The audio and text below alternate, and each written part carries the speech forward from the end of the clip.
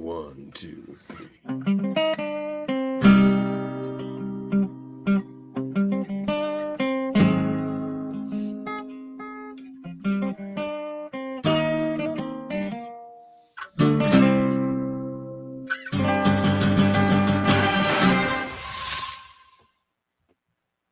Hello, and welcome to X-Rated, the X-Men animated review show. X-Men from the year 2000 review. Starring Patrick Stewart, Ian McKellen, Hugh Jackman, Rebecca Romaine, Stamos at the time? Not sure.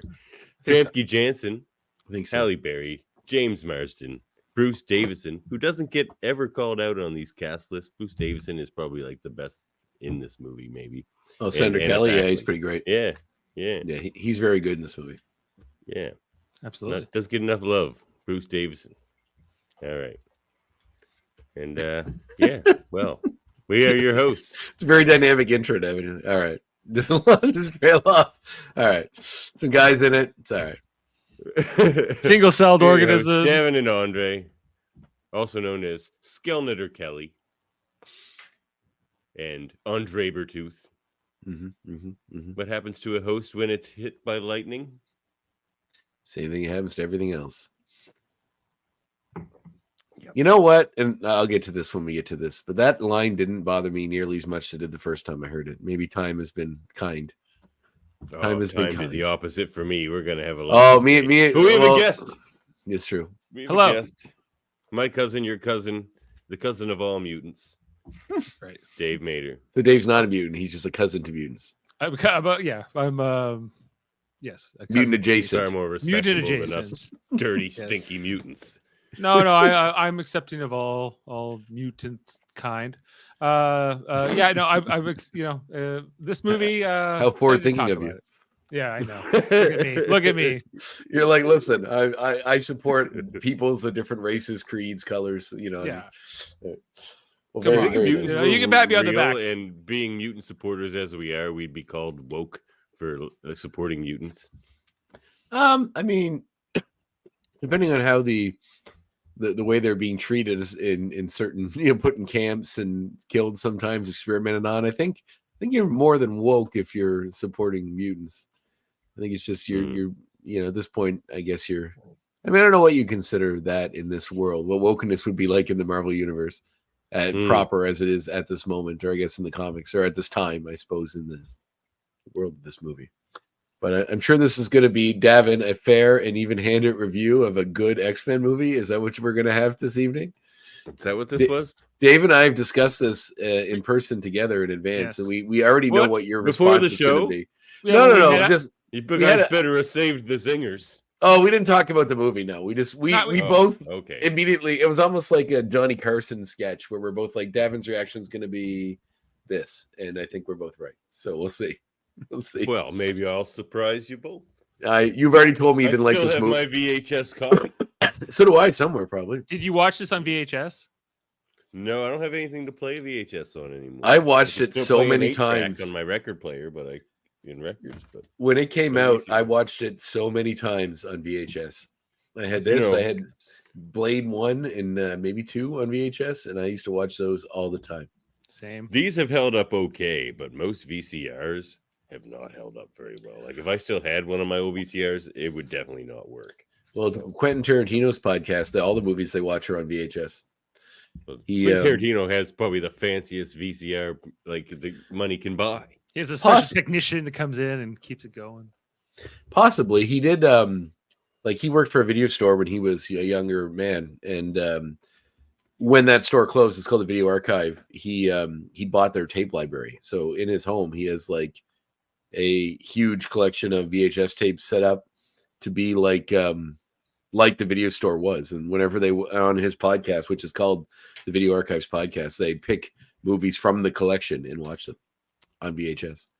So VHS is interesting because it's the closest you'll get to the original film reel, because the science of it is the same, essentially, just a mini version of a film reel. So I mean, it can be cool for restorations and stuff with those VHS tapes and stuff, but there's certain formats that once recorded can never be upgraded. And you'll notice that in a lot of television from the 90s. Like, you'll never see a Blu-ray of like Erie, Indiana, or like Due South, or those sort of shows, because they were recorded in a way that won't allow them to be rescanned at a higher quality. Well, let's catch up on old times.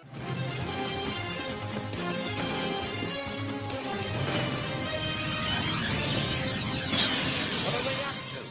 What you think they're doing? I was they up to? Well, that always overshadows the previous one. It's Yeah, what are they doing?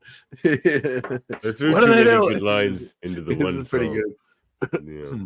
That's pretty great. Think they doing up there? So, what you guys think they doing up there? Cousin Dave, what you doing up there?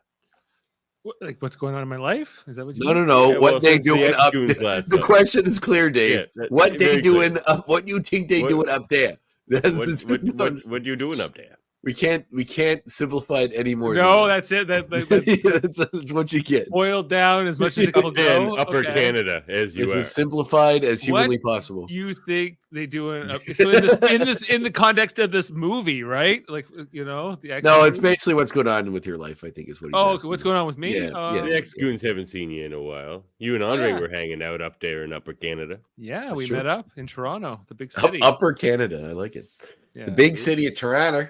Yeah, It's an R at the end there. Mhm. with That Jaemeel was good. Robinson and Chris Yes. Murphy and And Mhm. your pal. my pal Aaron, yeah. It was Aaron. fun time. It's a good time. Mhm. We had a long conversation about a variety of subjects. That was really fun. It's good Including for Yeah, they that talked we were gonna be about on this me for podcast. 2 hours. and true. It's my friend Aaron. My friend Aaron doesn't get a chance to nerd out like he used to, so I think it was good for him to hang out with some nerds and have a nice, fun nerd conversation. Yeah, no, he was a good guy. I really enjoyed talking to him about a bunch of things. Yeah, Not just Davan. Babylon true. 5. Did you guys talk about Babylon 5? I don't think Aaron watched that show. We Okay. did not get into Babylon 5. Although we did have a conversation about Babylon 5 at the Beguiling, the comic store in Toronto, because there was a guy that works there that literally is like the textbook, like socially like inept nerd type. That was like literally we barely said anything to him, and then he went off on a tirade about how they tried to bring back Babylon 5 and he's happy they didn't because they would have ruined it, if they'd done it again. And his Babylon 5 was so perfect. And he was just like literally like you think Ruined about guys. Babylon 5. Perfect. Anyway. Yeah, continue. like he loves it so much, and if they tried to remake it, it would ruin it in his eyes, and he'll never get to enjoy it again, apparently. And it's like that kind of nerd. It's a show I think that could use a remake. I think it could back. It wouldn't hurt anything. It's not perfect. It's good. I really The first like it. season was this really man, bad. This man They could said do it that was better. perfect, and that James Straczynski had planned the entire thing from the beginning, and that's why it's so perfect, because he had a clear end in sight and had planned it all from page one. So this man was very passionate about this property, and anyone who would give him the time of day, he was going to tell you about it. Well, I admire his devotion. He sure was. Funny you'd say that, Daniel. Daniel's here, ex-goon. I almost wore one, but then I thought we're probably having an episode next week. I so was saved looking it for that. mine, and that's why I don't have a bandana on or anything, and I'm just rocking. I didn't come in wood Christmas thing. colors either.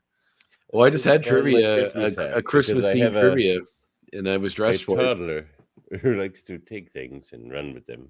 I came with a Christmas hat, and I came from a Christmas themed trivia. But then I was like, well, we're probably doing a show next week, so I'd probably save it for that. Yeah, next Listen. week I will wear the Christmas hat. Next week will be the best X-Men movie ever made, which I'm very excited for. Are you still looking for an answer to this question? though? Yes, we are. Yeah, what's doing up there? I'm doing a lot of podcasts, including this one tonight. A lot of Star Trek podcasts. We were on with Steve Shives last night. That was fun. Ooh, The Shyster. Yeah, talking about Take Me Out to the Hollow Suite. That was a good review. So, Mhm. my wife's in Europe right now, traveling all these Christmas markets. So I'm home alone with the cats. Ooh. What's Jane doing up there? She's going to Christmas markets. Does she sell her wares at Christmas markets? And what are her wares? She's not selling; she's buying the wares. She's Oh, does buying she them. work? Wares. Is she a buyer for a European store? wares. Shopper? She's looking at the. I don't know. She's got Oh, a list. she's it's just for her, or she's just her going her and her cousin and her aunt went. Oh, that sounds fun. Yeah, I was like, you go and I'll stay. I'll talk X-Men. Well, let's Well, get we're down glad you to made it. the sacrifice and instead of going, you joined us. Yeah, Let's get down to it, cousin Dave. You are our man on the ground. We brought you in for a reason here. Yes, that's right. You I have a sir, connection. live on Liberty Island. True. Mm. I live. Okay, so there is a shot in this movie where the X-Men get out of the Blackbird and they come up onto Liberty Island, and they kind of come up from In behind Burlington, Ontario. Liberty in Burlington, quotes Island. which is just the promenade outside across the street from my building here, Mhm. like right over here. Not maybe, I don't know, like 60 meters. Really, Did I really see it when I was at your place? Did I you see would Liberty you Island? could have not seen it. You, like, even if you Oh had my just God, looked I in didn't a even certain know. direction. You didn't even know. I didn't even show you because you were in and I out could that have day. my picture taken It was a on quick. Liberty Island. You could have gone. I tried to go over there tonight to get like a shot of me there, but my camera died. Didn't work out. But Next time. Next guy. Yeah, like Something that for the X-Goons to look forward to. I even have like the clip here. If you guys want me to, I'll bring it in. Yeah, do it. Where is it? In stream. Wait, are you gonna get a suit? Are you playing video from the movie? It's only like All right, do it. it's only like 10 seconds or whatever. All So right. maybe not. Is he hacking the feed? Is he just let's just show the X-Men the full movie. We'll just watch it instead of describing it. We'll just let her run. 15 seconds. Let's see. Okay, so right here, this is Spencer Smith Park with all of like these chain things here across the street. And when they're looking up here, they wouldn't see the Statue of Liberty. They would see my building. Like, the torch. So you There's no live torch. you live in the Statue of Liberty? Is what I'm I taking live away in from the this? statue, Yes. the lower part. I like where The the lower I guess. So you live in the Canadian Statue of Liberty that's in Toronto. in Burlington, Burlington, Ontario. In Burlington, the Liberty Ontario, capital okay. of the world. Yes. Burlington, Right. Ontario. But yeah, but that whole clip there, like that's not what it looks like at Liberty Island's shore at all. In real life, that's Is it, just is it called? I thought it was Ellis Island. It's called Liberty Island. Liberty. Ellis Island's where like those dignitaries. Oh, that's where they are, draw people out. Yeah, that's right. That's it. right. Okay. But Liberty Island's where the showdown goes, but it's not filmed there. Of course, it's all most of the movies filmed in Toronto and different areas, and some of these scenes along the shore are filmed in Burlington, which is where I Interesting. live, right across the street. Davan was here for an hour, like a couple years ago, for my brother's wedding. So, but he, didn't know, and I was like, next time we're gonna have to hop over that little promenade Doing it. thing. And stare up at the I'm gonna wear my Canadian claws. Statue of Liberty. It's gonna be good. Yeah, it's And I'll look really- more like Wolverine than Hugh Jackman because I'm shorter than him. Not by much, but by a Is the only feature that's important to Wolverine to you is that he's short? no, but it's a really important one to the If character. if and I 9 don't think out you of can 10 deny that. features are shown, but one isn't present, and it's his height, that bothers you that much that you'll just discount an entire role and decades of this guy doing this. And, I'm not and going some to pretty discount everything, but like that is a problem. Mhm. Like so they didn't. who at that time would you have cast in that role? We're going to talk about that. We're going to play X casting at the end of the show. Okay. I'm sure I'm not going to be happy with your choice. I will say, You're not going to be happy with anything I say tonight, Andre. No, I'm sure. Probably not. I already know you don't like this movie, and like it's honestly a great movie. So I'm Well, quite look, prepared I'll- for a good time. I'll quite take you prepared. back in time for a minute. When did this come out? 2000. 2000. So 23 years ago. 16-year-old Davan loved this movie. Okay. Loved it. So I'll give you that. Loved it. I mean, less and less over time. But when it came out, I'm like, I'm getting an X-Men movie. Whatever. I don't really care about anything else. There's an X-Men movie, and I'm just gonna soak it up. But the And first time then, you saw you it, it wasn't the cartoon. You knew it was a departure from the comics in a whole bunch of ways, right from the beginning, right? Oh, I had issues even upon first watch, of course. Like Wolverine was too tall, way too tall. But I didn't care as much back then. Like I had this VHS. This VHS is probably pretty thin. I watched it a good many times. But look, it has not aged well. And even as a 16-year-old, every time I would rewatch it, I would like it less, but I would keep rewatching it because it's all we had. But yeah, we've got stuff to talk about here, fellas. Sure. Sure, I got lots of things Yeah, to say no, about we this can movie. talk about it. Most of mine are positive.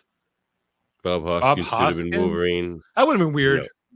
That would have been strange. That's not going to be one of the picks later in the show. Well, Yeah. that's what Dad wants. You want Bob Hoskins short. I don't want Bob Hoskins. They're shorter people than him. I want Eddie DeVito. yeah, I was gonna say Wolverine. Dave DeVito. I want Warwick Davis. I want him playing Wolverine.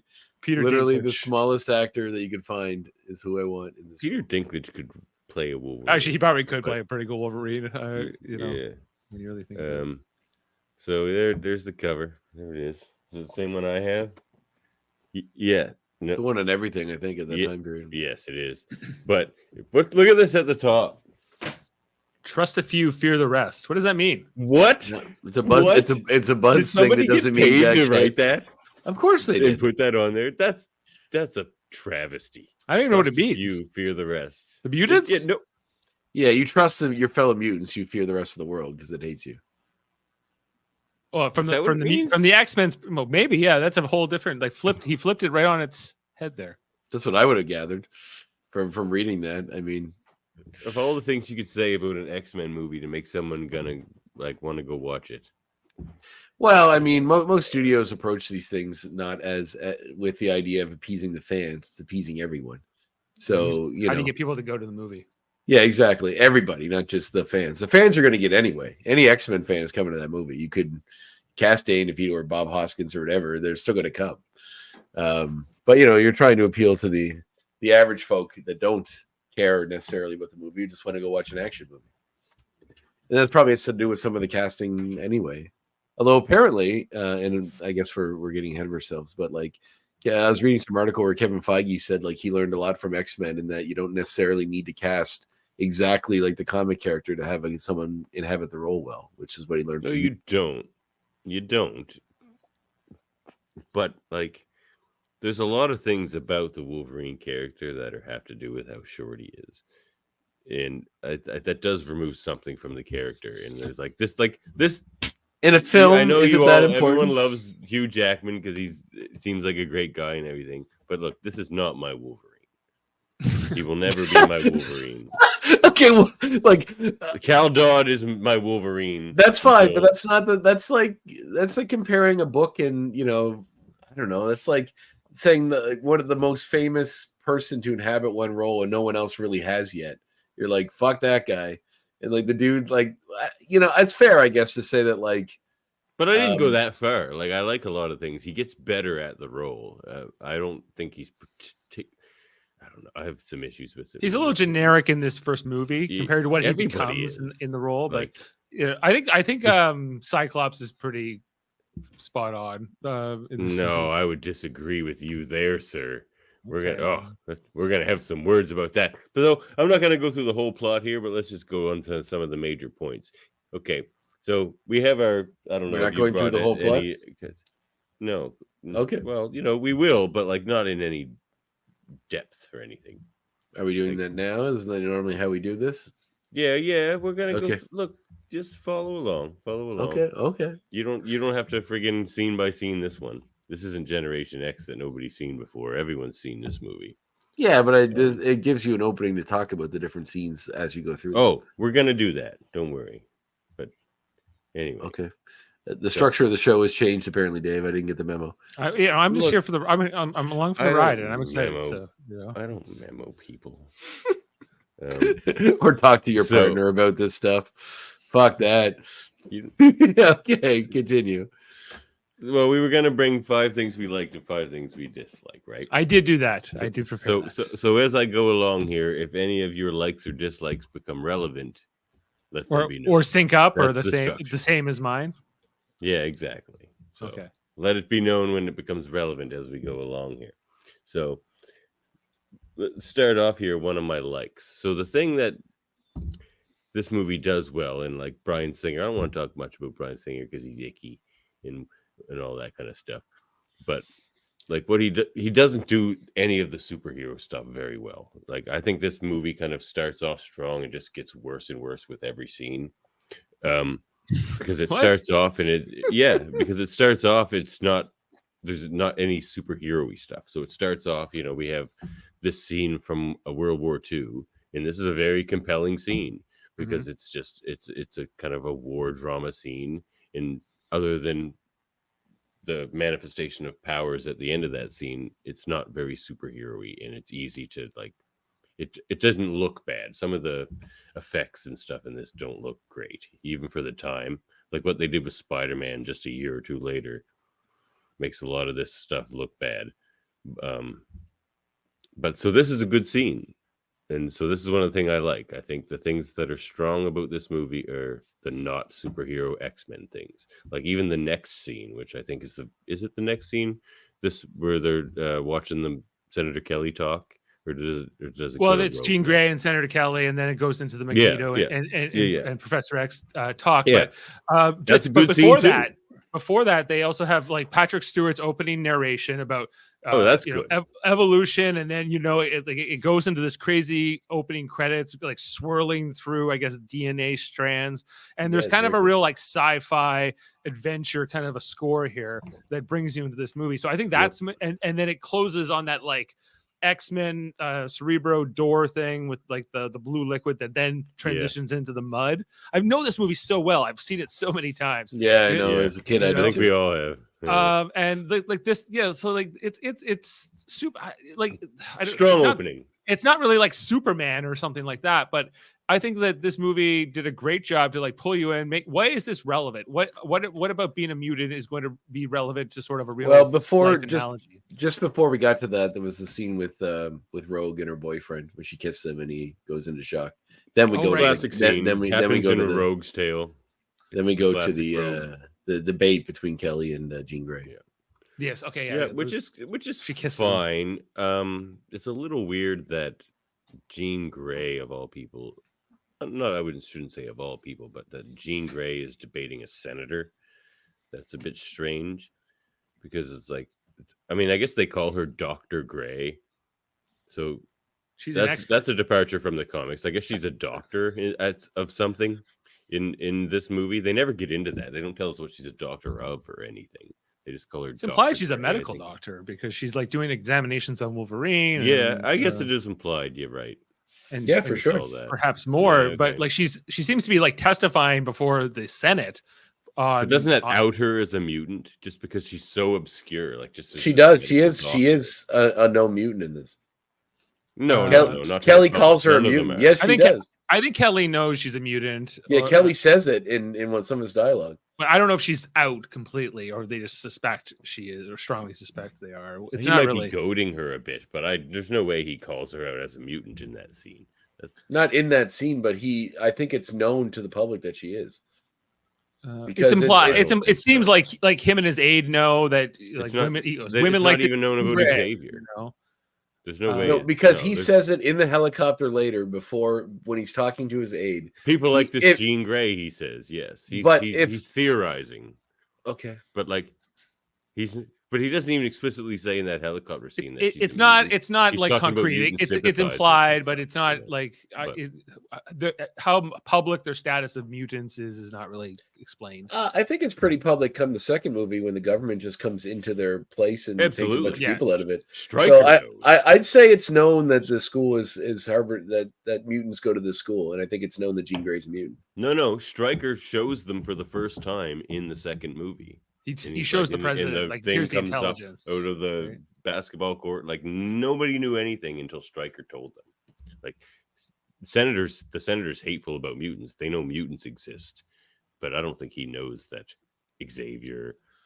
But of course, he's going to assume because they're like the big advocates.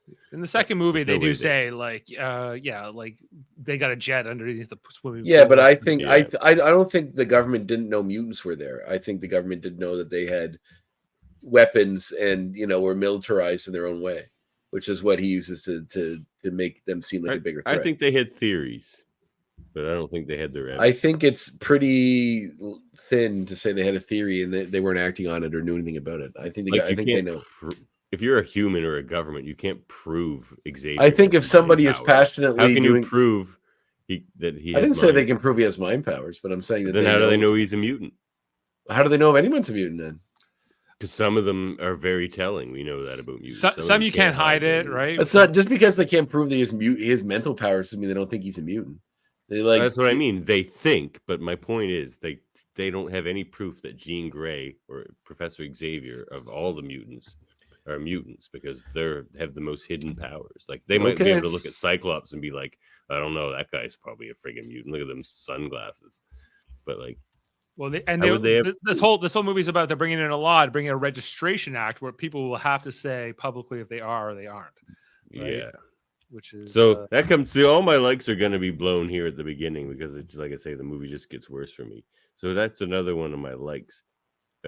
That the humans are the real threat. Like Magneto's not the villain of this movie. He kind of is, but he's just responding to the real villain. Really, he's just like an overacting response kind of thing. But that is kind of yeah. the message of the movie. I agree. Where like at the end, he says, "Doesn't it keep you up at night knowing that they might come for you and your children?" He goes, "Yeah, it does." That is a good scene. I pity the fool who comes to my school. You know how the movie closes and why these two are sort of friends but enemies, and it's a real great like dynamic. I think Patrick Stewart and Ian McKellen nail it in this movie. I agree. I totally agree with Dave. Those are, that's probably two of my other likes. Xavier That opening scene where he says I like have one like left. I mean, are we just gonna like talk over each other about what our favorite scenes are, and that's all we're doing for this? No, that was just we're talking about our likes when they become relevant, but all of mine just came up. Well, it's not like they don't become relevant if we're not walking through the episode. So are we just going to talk about what the things we liked are? Is that it? Which is fine. We're going to walk through the episode, but like said we weren't. My likes just came. No, I said we were, but not scene by scene or anything. We'll just talk about the good stuff. Look, follow me on this. All right. So Senator Kelly and Jean Grey are debating, and then we get this scene, which is because Xavier notices Magneto leave. And that's a good conversation between him where he's just like poking around in here, Charles. Whatever it is you're looking for, that's good stuff. They really are nailing it. Like I always wondered about why doesn't he just read his mind there or like fully scan him? Well, he doesn't have the helmet on, right? Yeah, he does do it, but he doesn't get enough information. No, he doesn't. As he should. It seems like. He's like, there's something going on, but he doesn't know he's going for Rogue specifically. He doesn't get like that kind of detailed information. But he knows that they're sending something to Canada. I think that's what eventually leads Storm and Cyclops there is when he does the scan. This movie, you can follow it. Like, there's a logic to it. Like, anyway. The script is really bad. That's one of my dislikes. Like, I didn't realize how like clunky and like uninteresting most of the script is. I would disagree with you on that. I think the script's really strong. I think most of the dialogue works. I think you're setting up this whole world, and I think that this movie is just a great setup for the whole what this franchise became, especially when you get into the second movie. So I feel like it's just like, okay, here's this premise. This franchise became a tire fire eventually, but it had some moments, and I think this movie at the time was like it changed how comic book movies were looked at forever. Like it really. I did promote this as the one that started it all. Like, no offense to Blade, but Blade was kind of just like a vampire movie, which is something people knew. Yeah. But like in defense of the script, like the banter, I think especially between Cyclops and Wolverine is really good. I think that the stuff with like Professor X is great. There are some bad moments like Storm with the Toad and the lightning and stuff, but mostly I think that this script is good. Like like most of the moments work for me. I like this movie. Still, no, I agree. I mean, you can't make a movie about a whole group of people and villains, heroes, everybody. The amount of characters we meet in this movie, it's a lot. So like you can't spend 25 minutes delving into everybody's backstory. I think to introduce the characters and give us enough to get us through the story I think they do a superb job of it. The action's fun, the character designs are really fun. Sabretooth looks really cool, Toad looks cool. And they do a good job of explaining in every scene what I need to know about what's coming next. Yeah, and they have like powerful actors playing the two main heavies that are against one another. That scene where he says, that's the strength of the movie. The opening bit where he says, what are you looking for? I don't think it goes as deep as that about him probing Canada over his head. I think that came from Cerebro where they were following Sabretooth. Mm-hmm. But I think they knew there was a mutant that was in Canada because it was Rogue and they were going to get her anyway. And they just ran into Sabretooth at the same time. But I think he's just trying to find I think it's very literal in that scene where he says, "What are you looking for?" And he said, "Looking for hope." He's just trying to find some glimmer of his friend. Find some glimmer of hope in his friend, so that maybe not that it wasn't. I don't think he's trying to invade his brain and find out his plan. I think he's trying to see if maybe he still has hope or some glimmer of, find a peaceful alternative in there instead of what he has, what eventually he does. But it's a great interaction. I think that whole dialogue is very well written, especially where he says, "What are you looking for? Hope." And he says, "Well, I'll bring you hope, old friend." And he walks away. It's very like opening scenes are like the best ones in the movie, I think.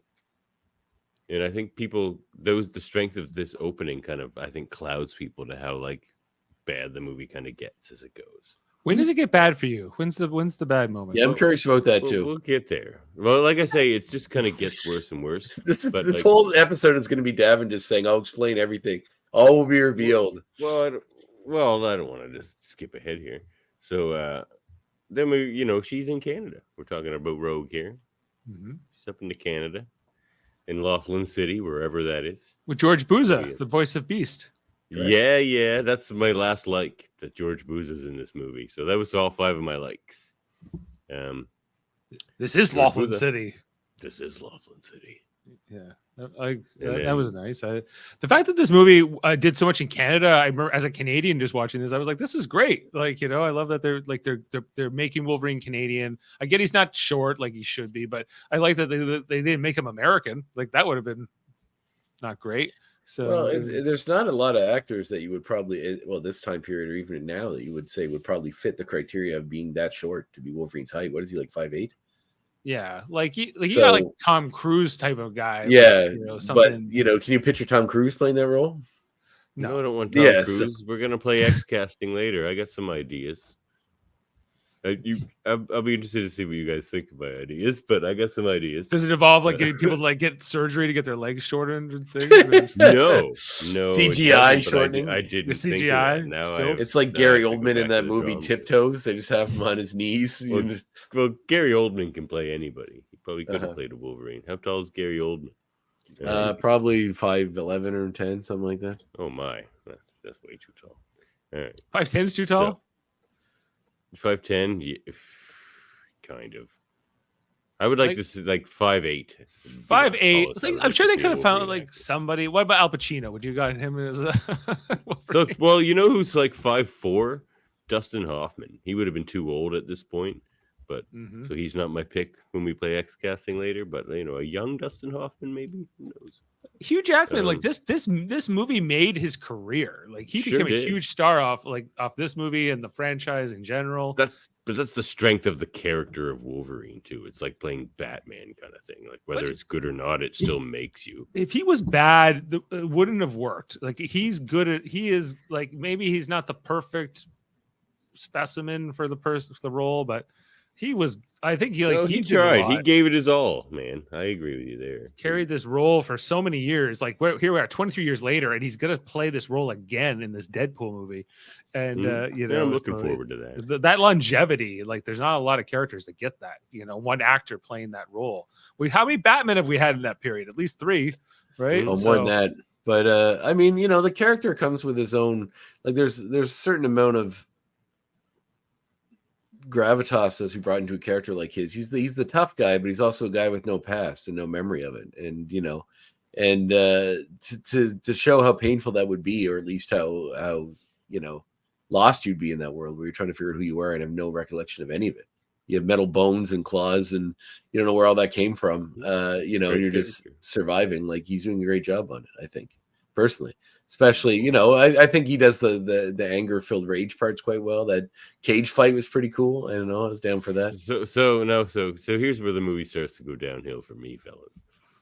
We have a cage fight, yes, with Wolverine. Which is kind of dumb if you think about it too much. Kind of dumb. Wolverine's not a guy who would do that. No, I don't mean that. I just mean the idea of them having cage fights in a bar somewhere. Like that's pretty dumb. The pretty intense form. Northern Alberta. This is where they have cage fights. Yeah. It's just. This movie's very sloppily put together. They just take all the X-Men cliches and just throw it in there. Cyclops is a jerk. Let's not develop his character beyond that. that we got to have the love triangle We between don't have time for Wolverine that. I was going to say the movie's Jean 2 Grey hours and long, Cyclops. Davan. Do you want it to be 5? No, but you can actually do things and have it not suck, which they didn't do in this. Like Wow. Wolverine fell in love with Jean Grey because she was looking at him when he like woke up. Like you don't fall in love with somebody just because like they're hot and you just like woke up from it like being knocked out. Like they didn't go beyond that. That was like the start of the big love triangle, and their relationship didn't develop any further than that. But by the end of this movie, you're supposed to like believe in this big love triangle that's happening. It's and why does Cyclops have a rocket bike? What? That's an issue. Is that a complaint? Why do they have a stealth jet? Because they need that. Why does Cyclops need a rocket bike? Maybe he needs to get somewhere fast. If he's on his bike out doing something, they need him back at the mansion. He needs to get back fast. I think it's also to All imply right. they have technology that's well beyond. Yeah, they have Beast. I mean, they established the third one that Beast was around for pretty much this whole time, or at least in the beginning. This is So a world similar. Sorry, I'm sorry. No, it's all right. No, you're right, though. They have mutants that are, friendly or were part of the school before that have extraordinary abilities. So yeah, obviously like, some of them could be creating Murphy likes jets and the Bears. technology. this is a world similar to ours, but not our world. Too. Yeah, I think I the bar think it's scene was silly. fine. I think it sets up the nothing- character well enough. Like Gives it Rogue an should've introduction to him. I think that was just silly and trying to be edgy and like it's very of the time. Where like I I think don't think the- he's trying to be edgy. I think he's just trying to establish that Wolverine's a tough guy. That's But what they're trying to no, establish. okay, yes, they're trying to establish that. And he has claws and he Cage heals fight fast. is a stupid way to do that. Where the movie should have picked up with Wolverine is the very Okay. next scene at the bar where two guys start shit with him, and he shows he's a tough guy by like shutting down those two guys. Wolverine doesn't need to be an MMA cage fighter. It's like that's just dumb. What's your opinion of the cage fight in Spider-Man? Well, that's wrestling just a match? silly thing Macho Man? that's from the Yes. comics and everything. That's just a silly part of the Spider-Man lore. So you can it's forgive it very if it was a- Spider-Man. Yeah, but it's also not real. They don't just invite people from the audience to go into matches with wrestlers and survive for 5 minutes and get money. Honestly, do that. I forgive it better in the 60s comic. It is clunky in that movie. And I have a lot of problems with the Sam Raimi Spider-Man movies too. They're a lot like they have a lot of the problems that these movies have actually. What is your favorite superhero movie, Davan? That is a great question.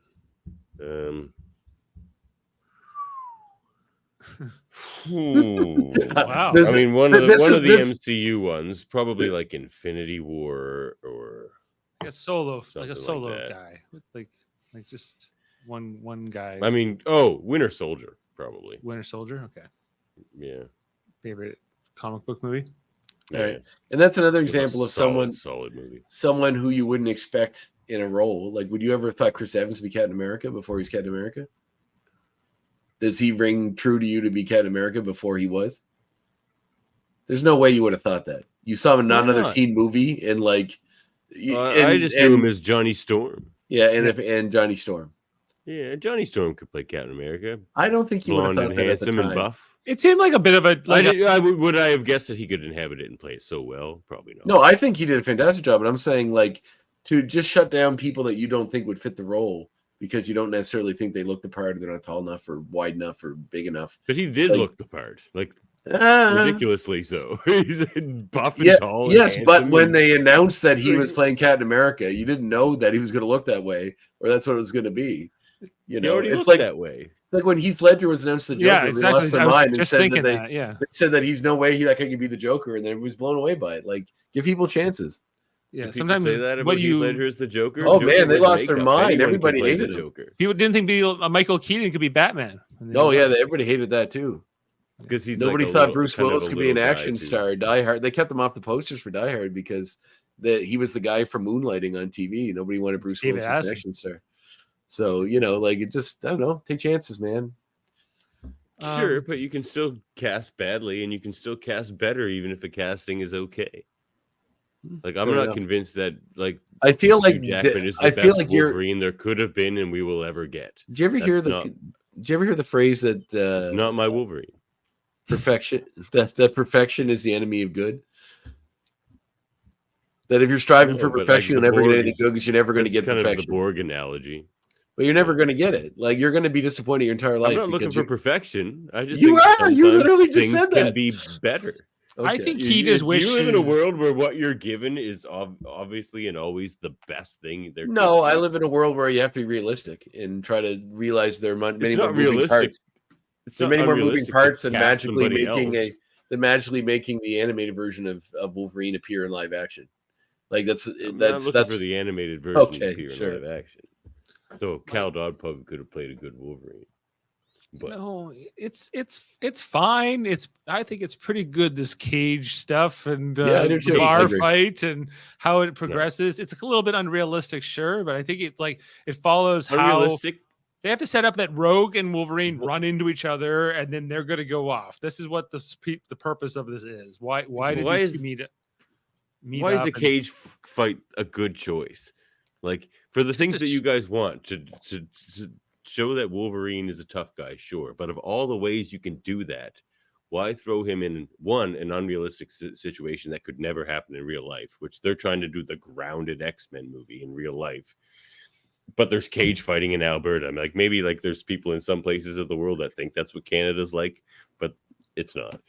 Well, I mean, there are illegal cage fighting rings and fight clubs in real life. Yeah, it but also people do actually not in fight a each bar. other. They're like in a basement somewhere. Like not people are betting. It also seems like a pretty remote community. It looks like a truck stop somewhere. Yeah, it doesn't seem like a place Anna Paquin would just fit it. Like, all right, yeah, well, just you guys wander find me into the cage fighting bar order in Canada, water, and I want to go there with you. And we'll have. I'm not saying it's 100% realistic, but there's certain tropes that happen in movies you have to accept. But it's also not a very Wolverine thing, and I also hate the sound effects where every time you like headbutt somebody, it goes clink super loud. So is that for the characters in the movie to hear? Do they hear that as well, or is that just for us, the audience? Either way, I think it's dumb. I didn't really notice it being because it goes clink. I noticed it a bit. I think it's meant for both, and I think it's meant to. But isn't that silly? Doesn't that give it away that he is like steel and he's cheating? Well, I don't think you're supposed to think about it at the time so deeply, but it's if you know about his metal bones, then his skull, then yeah, you can hear it. Yeah, I think it's a little nod to the people that are in the know at this point. Just so like Wolverine's deal. Watching this movie, you'll recognize that's probably why you're hearing that. When I watched that scene, how come there wasn't the clinking? You only showed it after you told us he had metal bones. I don't want clinking. Clinking. He doesn't want it at all, but they decided we're going to give him clinky bones. When he punches something, it's I like clinky bones. That was a sound design choice. What's your power? Clinky bones. Clinky bones. They clink. They clink when I punch you. It's just like your bones are like a keychain. Like they just rattle and clink. I can give it a key. Yeah. The Shang-Chi stuff. Well, there's the difference between the cage fight and Shang-Chi was like very set up Shang-Chi, and this is not very Wolverine. But so you mean Wolverine fighting in a cage fight does not seem like Wolverine to you? It seems like no. I have one comic where he did such a thing, but that's like not in a. So he lives in a shitty camper and he's making money doing this. He's just going from town to town. He gets paid for winning in the fight. He has no memory. He doesn't know who he is. He can't remember his whole life. He just fights for money. Yeah, he's got. That's literally fighting for money. That's just how he makes his money. Is why he's cigars and beer. And that's cigars don't pay for themselves. Yeah, and he's a tough guy. Why wouldn't he fight for money? I would have started off there if it were me. He's got a shitty camper van. I mean, you got to put gas in that thing. Gas is expensive. Get out of my tough bar, guy. freak. Get his camper. Well, it also kind of establishes a little bit the prejudice. Yes, exactly. And I mean, Wolverine's whole deal is being a loner and an outsider, and then he's kind of shoehorned with this kid. I would have liked this. Like, I mean, obviously, I love this movie and I'm happy with it the way it is. But a series of adventures of just Rogue and Wolverine trudging through the Arctic North of Canada. Getting in fights and solving crimes sounds like it would have been a fun TV show before the Sabretooth catches up to them and they join the X-Men. Yeah, this is a horrible scene. If your rope work is going to be that bad, don't do the rope work. There's nothing in the comics that suggests that you need a scene where Sabretooth just leaps stupidly into the woods anyway. So like, if it's going to look that when he runs terrible, it looks so friggin' terrible. It's some of the worst rope work I've ever seen. It just looks like he's being pulled on ropes. I thought you were Like- upset with how like Wolverine tied knots when he was tying down his tarp for a second. I was like, wow, we're getting really esoteric here. No, Yeah, like No, he used no. a sheep shank knot, and you would have used a whatever knot. I No. was like, oh, okay. I see what you're saying. One of my other dislikes is how just everything to do with Sabretooth in this movie is awful. He looks awful. The He things looks awful. He looks pretty cool. Yes, they don't give him any personality or voice. Like this movie Well, I agree might with as you well on just that. be Xavier, Magneto, and Wolverine. It doesn't need anybody else because it doesn't give any of them anything to do anyway. So, and that's not what the X-Men is. Like I understand somebody who doesn't care about the X-Men, like Bryan Singer or whatever, is just like sees Xavier and Magneto as the two most interesting characters. And like until you get deep into the lore, that's probably true. But like, so like I understand that. And they're like the two older kind of figureheads. So start your movie there, whatever. But like, but just to throw Wolverine in as the third because he's the cool badass one, and like that's our movie. If they didn't put Wolverine in this movie, Magneto. you would have been way more upset about that. No, I wouldn't have. I wouldn't have cared Okay. at all. But we've I'm not talked saying about- not put him in the movie. But like, if you're just like, We've talked about this at length, like most of your like different things, but most of your complaints and whatever. I didn't make the movie. It's fine that you don't like it. It's okay. I don't take it personally if you don't. But the idea that like most of your dislikes are this isn't the way it's in the comics, or this isn't the way this guy's reacting in the comics. This thing is its own thing. Like Sabretooth is the henchman in this movie. That's all he is. You get nothing else about him. Yes, but That's you don't boring like as shit. his depiction in this movie because he's not the Sabretooth that you want from the comics or Right. from True, the, but I also don't like boring, personalityless henchmen. if he They're pointless to me. I don't need you to make a boring, personalityless character and call it Sabretooth. Because that's not what Sabretooth is. Why not just make it boring? well, there's henchman, likely unnamed? would have been intentions to Who do more cares? stuff later, but because these movies keep taken by different creative groups, they don't get to carry on the strings that may have been put in place by other people.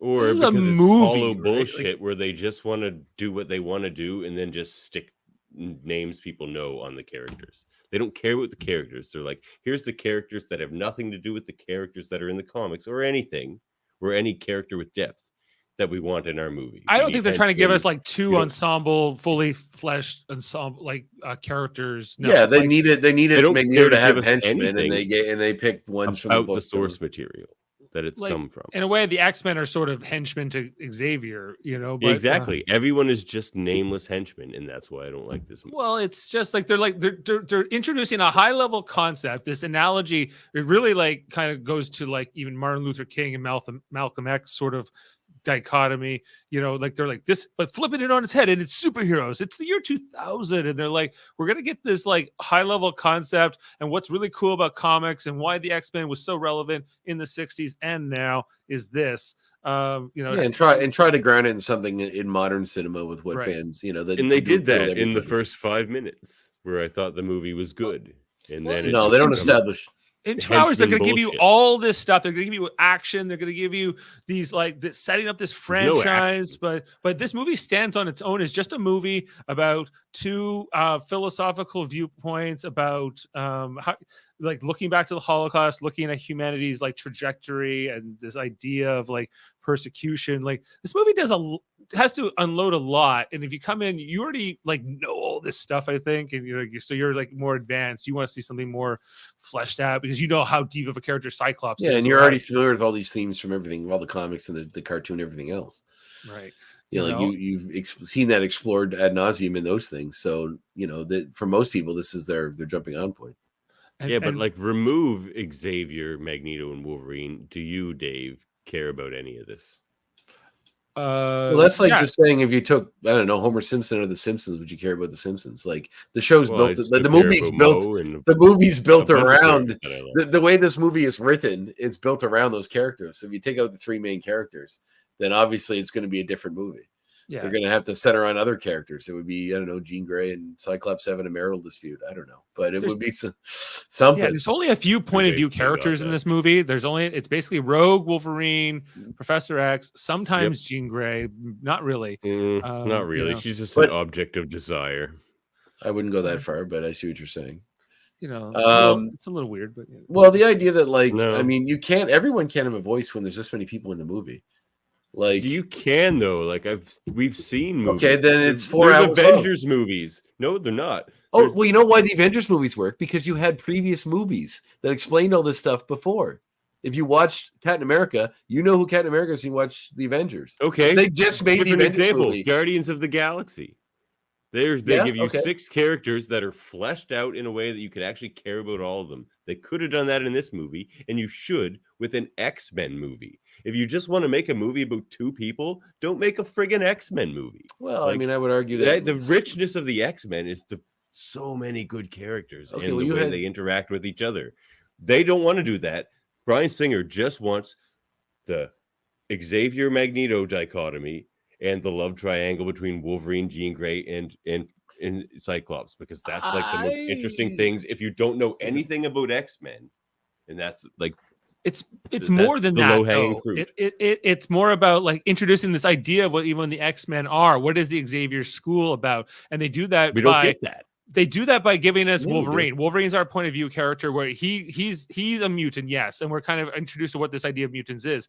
But then he's shown the school and this whole thing between him and Magneto, and there's so much exposition given in that one scene. So like they can dump so much to us and get us to this next stage of the movie for more action and this and that.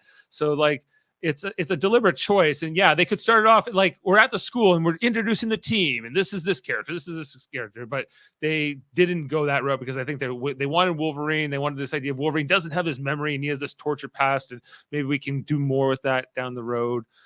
So this is the deliberate choice they made in this movie, which I think is And we get fine. Rogue. We get Rogue's point of view with her learning being at the school and getting to know the students and all that sort of stuff too. So is she Um, the point of view character, or is Wolverine the point of view character? More Wolverine. I think she's the school side and Wolverine's the team, the actual team side, like the superhero side. Because Rogue doesn't really join them as a superhero in this movie so much as, I mean, she is a central figure, as it is revealed later that she is the whole who everyone's after. Right. What do we learn about the school from Rogue's journey? Oh, all the mutants that go there, Jubilee, all those. She meets Bobby. She sees Bobby what gets class we're like. the heart with the Cameo. ice. They have whole Yeah, few classes cameos. about power and about books and about looking at humanity and all these other things. There's all kinds of stuff in there, but Opening their minds. It's a school. it's a you school. know? Hmm. It was filmed at Casa Loma, and I love the scenes at the school. They look amazing. Some of the does look good. cinematography in this movie is really Yeah. strong. I think that This movie has some, and and some as- great themes about power and how you use it and how you work with it. Like I think it's the second movie features the ones that feature King a lot, but the seeds of that are put into this. If you ever read that book, it's all about the different ways people lead and use the power they have. Like Magneto, I mean, we use the whole thing with Malcolm X and whatever, like gets used a lot with those characters, but the idea that like he's a perfect example of this guy that has all this power and really wants this change, but isn't willing to sacrifice himself for it, needs someone else to do it. yeah. Like, That's so not very Magneto. Like You don't think Magneto would do Magneto's this? not Magneto is a mutant advocate. He's not the kind of character who will the take Magneto a that young first appeared in Jack mutant- Kirby X-Men, what do you think he would have done? He would He's have a like, wildly tried to set different off a character than nuclear the way- bomb. He's But a he's not wildly the different kind of character than person he who was would- later. Yeah, but that character wasn't even a character who would take a young mutant and use them and their death as a tool to gain anything. That's like literally the opposite of his goals. Like it just betrays the character. I don't care about this Magneto character. I love the character of Magneto. The character in this movie, I could give 2 shits about because that's a bullshit plan he had to, like, it betrays everything he supposedly believes. So he doesn't believe in anything, and I don't care about him. It's sloppy writing. It's just like it's so lazy. It's just like the script is not good. I plot like is this not version good. of Magneto. It's pretty good. I think that Ian McClellan plays it well. I think that the fact that he is not He acts it very well in some of the dialogue. I think he's very Machiavellian. I mean, you His can do plan- anything. You can do anything if you can rationalize it well enough. If your rationale is that one mutant will die to save the rest of all mutant kind, you'd probably do it, wouldn't you? The goods of the many outweigh the goods of the few, don't they? Yeah.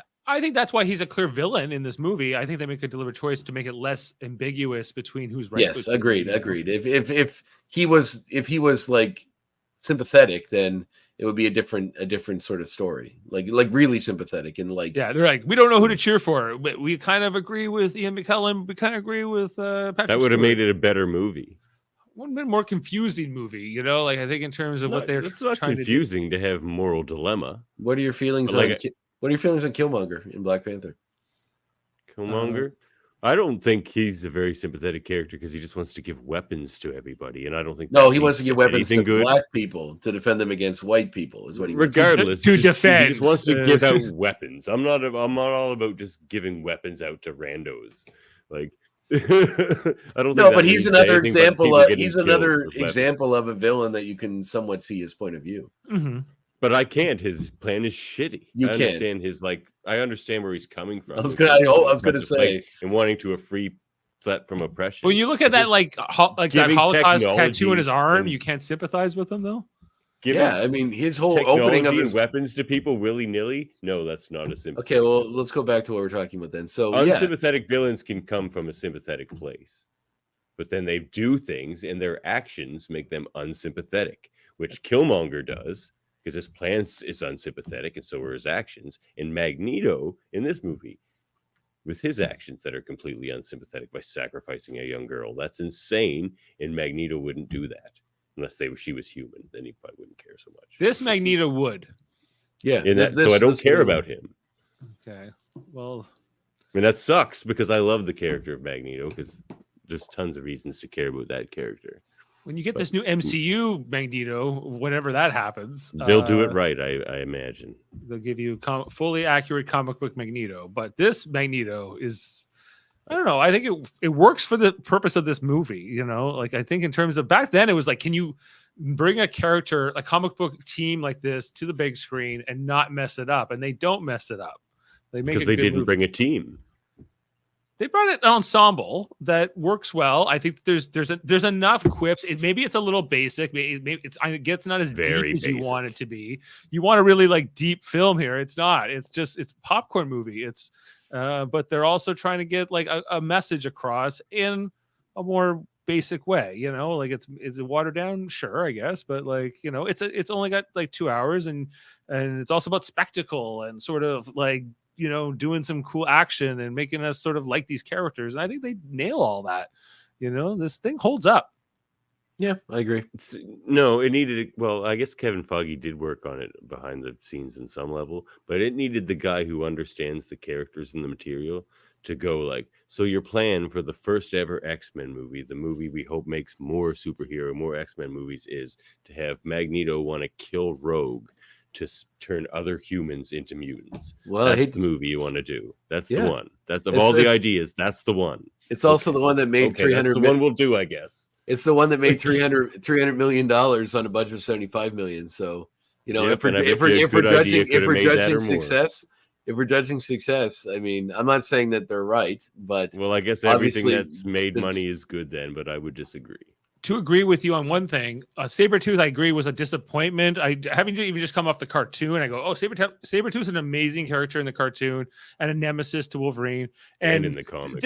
I agree. He looks weak here. Like he's not like it's a Yeah, little. Doesn't say anything.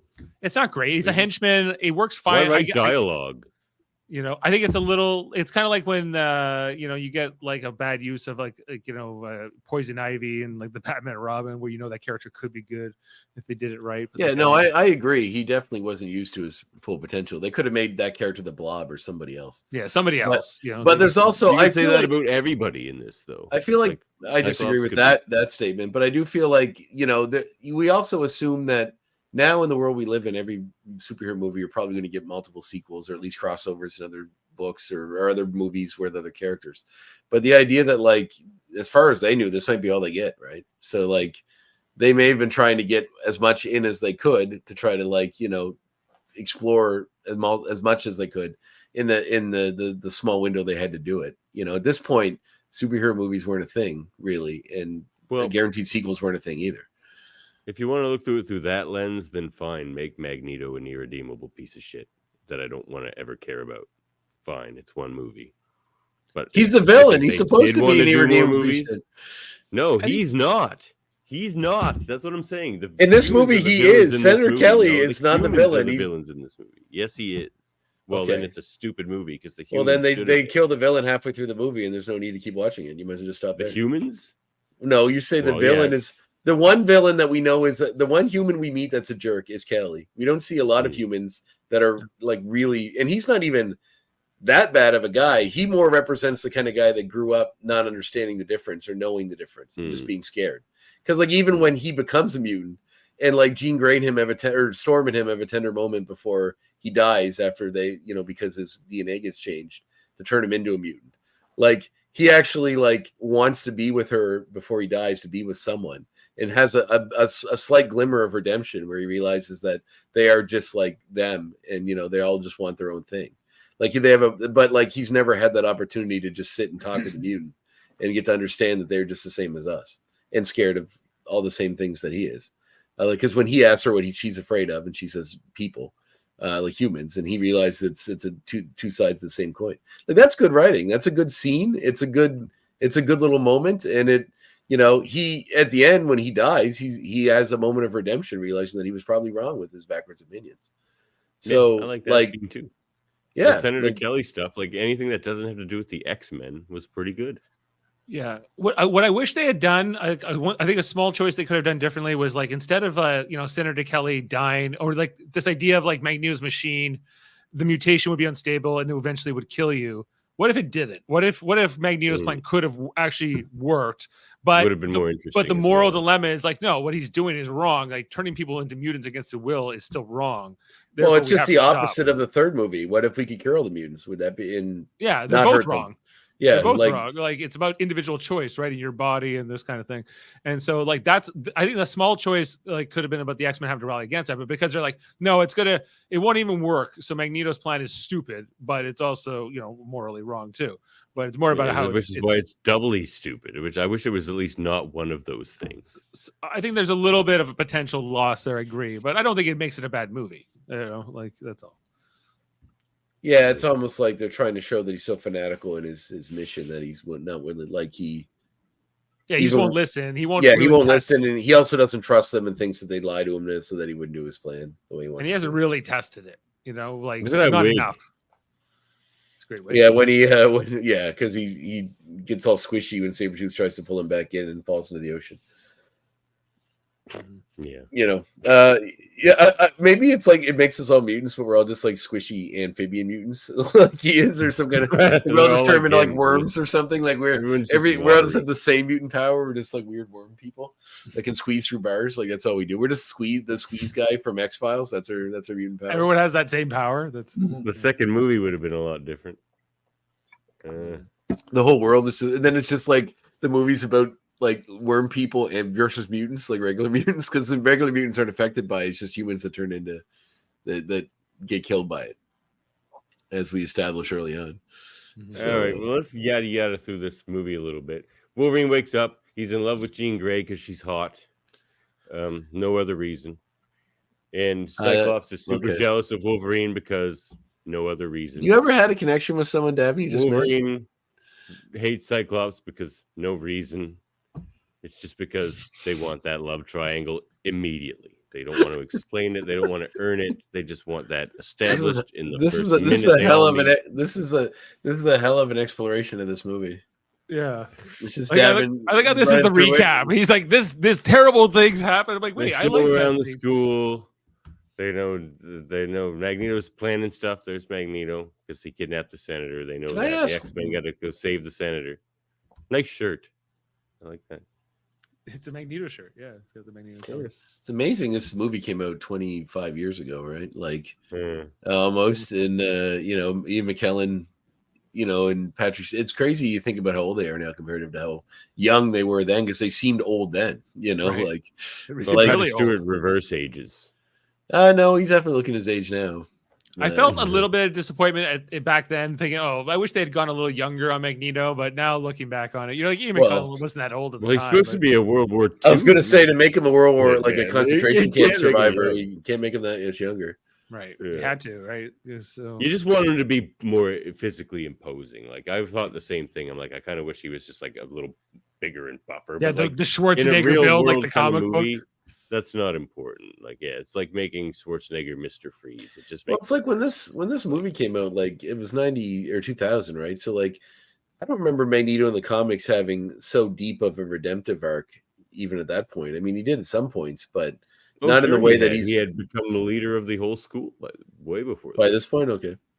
Way before, because like He was full, he'd done full face turn. He was, But yeah, but like Oh, yeah. that's the thing about comics though. Like they can have an angle where that happens, and they have another one where he's trying to like reverse the magnetic poles and like kill most of the people on the planet. Like it just depends on who's running it and what they're doing with it. It's true. It's just like when you get into certain like specific details, you can betray a character. Like when you just like kind of like zoom out and you're like, yes, like he's gonna destroy a country or something. It's just like detached. It's like watching the news from like a country far away. It's more detached than if it's something that happens down the street from you.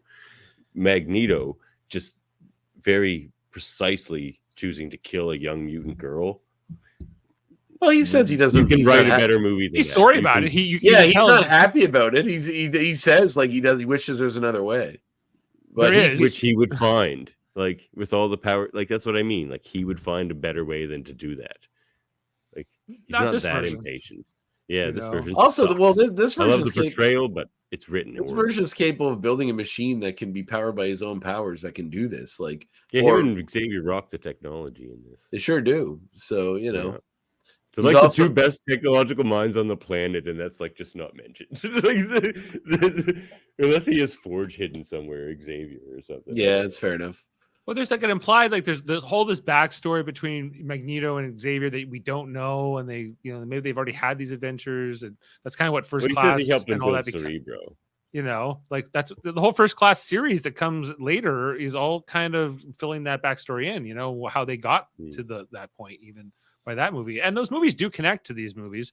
Although if you think about it, the times too much, it falls apart. Yeah, they don't connect to these. yeah, you gotta like They try. They don't at try. all. You gotta let They that try. go. It's don't worry, don't get focused too closely on the timeline.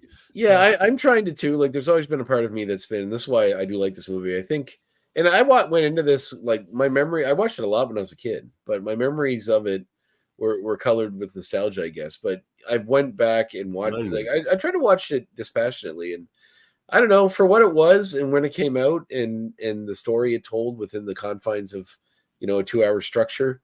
It rocks along pretty fast. Like things get moving. It's moving. There's not a lot of time that just lingers on a lot of things, and that's why like I don't know. Like I don't think I know the Jean Grey Wolverine thing seems a bit fast, but I don't know. There's something to be said about chemistry, and instant connections, and you can see that there's a bit of that. I think they do. It's a okay dated thing. It's what they used to do. It is. movies They used to do a and, lot, but especially when you're rolling along to get to where they're going, right? That's why I found it jarring. Now you're right; it is a bit dated. Back then, I'm like, whatever. right, Yeah. Now I back in watch it, I'm movies like, of the '90s, they what? would have. It's Like, almost what? like this. Yeah, people are making out at like they first meet and they're making out in the rain. Everybody's Like seen a hot nurse. I'll steal your girl. I don't care. Like watch. It's so dumb. It's like I don't know. It is, but it's also you kind of got to take into account. Well, that's another problem too. Like if you look at modern movie times, like to find a movie under an hour and a half nowadays is almost a rarity. So like because modern movies are way longer than they used to be, they get to explore that stuff longer than they did. Right. Like how long was the running time of this movie? An hour and 45, I would guess. Yeah, well, I got the thing right here. 136. VHS. It's a solid movie. It's an hour and 36 minutes. So it's There's 104 minutes on my VHS. sorry, an hour 36 minutes. So yeah, it'd be about 104 minutes, 60. It's not even 2 hours. Yeah. This movie. No, exactly. It's an hour and a half. I literally have it out on Disney right now, and it ends at 136:16. So If they had like half an hour more of movie with like stuff with David, like we're gonna explain all these characters and we're gonna like get it. X-Men 2 is a longer movie. I think it's 2 hours, and This movie didn't spends way deserve more another time. Would that have made it a better movie? I don't know. I think that like something about an hour and a half movie is really kind of charming. I think that it made as much movie as good money as it did. It's successful. Movies just sometimes are movies. I just don't care about how much money a movie makes if it sucks. That's nothing to do with what we're talking Because about. Avatar made a bunch of movie too, and I thought it's All right, well, that's unrelated to what we're discussing. I just feel like for what they did at this time period, I think it was fine. It was a serviceable film. I liked it. Yeah, I did. It introduced some things that were okay, like those portrayals of Xavier and Magneto, but the way they were written. I mean, Xavier was written fine. All the effort kind of went into that, I feel like. But Patrick I mean, Stewart. there's no effort put in I here, think the most I'll tell you effort that went into, much. I think the most effort went into Wolverine for sure. Stuck about another dislike here. Storm. That is not my Storm. Hashtag not my Storm. Never my Storm. Not even Storm. And Storm's your favorite character. Yeah, And so I that can is see why this you would take nothing that personally and be very upset about it. She is disappointing compared to what the potential of that character. Yeah, for is, sure. Yeah, but she was a Like big name at the time, and she that's kind of what they're like. Who's the most famous person we can put in the role? at the And- time what she they probably did. would have been It's it. Yeah. done.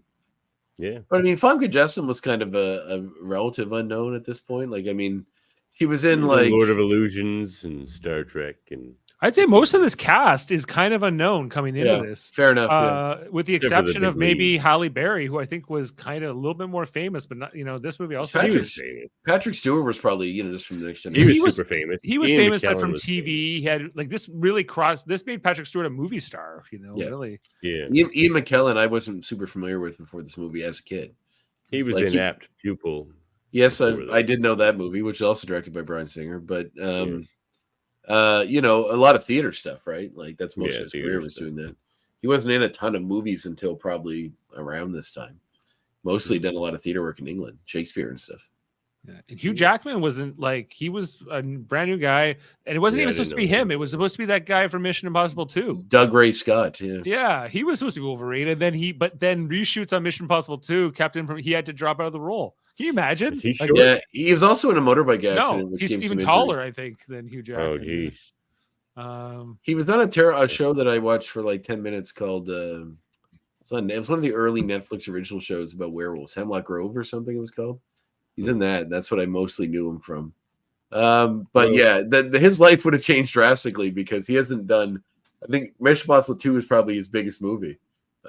So beyond that, he's in Die Another Day. I think He's 1.83 meters. I have to look up. I think that's pretty tall. Well, there's basically no more plot to talk about here. They go to the train station. Cyclops blows the roof off of it. I thought the swerve of making us think that Magneto was going after Wolverine when he in fact was going after Rogue was interesting. Like, I mean, it seems like it's coming a mile away when you've watched this movie 100 times and know. Yeah. But at the time it was kind of a bit of a. It worked at the time. Yeah, I was I like, thought so. Like, you yeah. went a rogue, and you're like, the whole okay. time, especially when he says, "Whoever said it was after you," and then you realize, like, and he turns, he looks at Rogue, and then you kind of realize, like, it's the wrong thing. Like, I thought that was all well done. And Magneto, like, when Magneto's walking, when they're at the train station and they got Rogue, and he's walking with Sabretooth, and they like the cape's billowing behind him, and there's one scene where it's shadowed, so you see them walking from side to side, like left to right or the other way, and you see his profile. And when he comes right out with all the cops and he just picks up the cop cars, like, that's really cool. I think it, like, for at this time period, being a comic nerd, like, to see that in action, I thought it was pretty freaking cool. And as the guy who is the boots on the ground, Davan, The that boots on the train ground, man. station is in Hamilton. It's a famous, Jane's cousin Leah got married there. It's a very famous train station. Not really a train station anymore, more of a venue, I think. Not an operating train station anymore, but like that was another location you can come and get a picture with if you come to town. But I got to go to Hamilton. It's only across the bridge, you know. Davin's like, I don't know if it's worth it to go to Hamilton. when I went to visit you, and it stunk. Oh yeah, it does. That's all the steel. And then it's just like, welcome to Hamilton. Yeah, it looks like Gotham City. If you're approaching from the East End. Other parts of it are very nice, of course. Oh, well, there you go.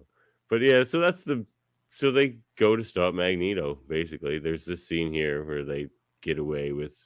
Well, I mean, we're glossing over a lot, but Kelly comes to them after he gets turned into a mutant for help, and that's when they realize what he's doing because they figure out his whole story. But this whole thing here was so tense, where Xavier is controlling Sabretooth, and he's got his claws on Magneto's throat. And that's great because you see how far the good guys won't go. Like, they could have just snapped his neck right there. And he could. He's like, you'll have to kill me, or to stop him. And so it's just like a real, like, simple. The morality is a lot simpler than it could have been. I agree, but it also goes to show just how far one side will go, the other won't. Right? Like, Magneto's willing to sacrifice Rogue to get what he wants, but Stewart, like, Professor X, won't even kill his enemy to get what he wants. Yeah, like, because he just can't bring himself to do that or to cross that line. Because you go back Or to even, the or agree even, with sacri- World or even Mind sacrifice the humans too, right? Like Magneto turned the guns on all the humans.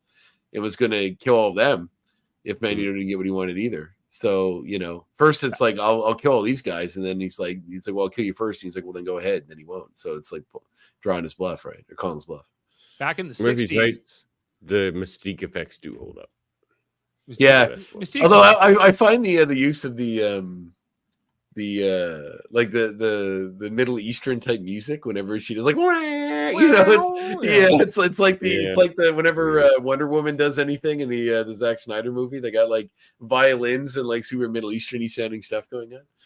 I just found that out very funny. Whenever She also didn't need to be naked. Like the Mystique look from the comics is just one of the coolest looks. And when the first movie first came out, I was never happy with her. Like I didn't need naked Mystique as the white dress with like the skull thing. It's just really cool.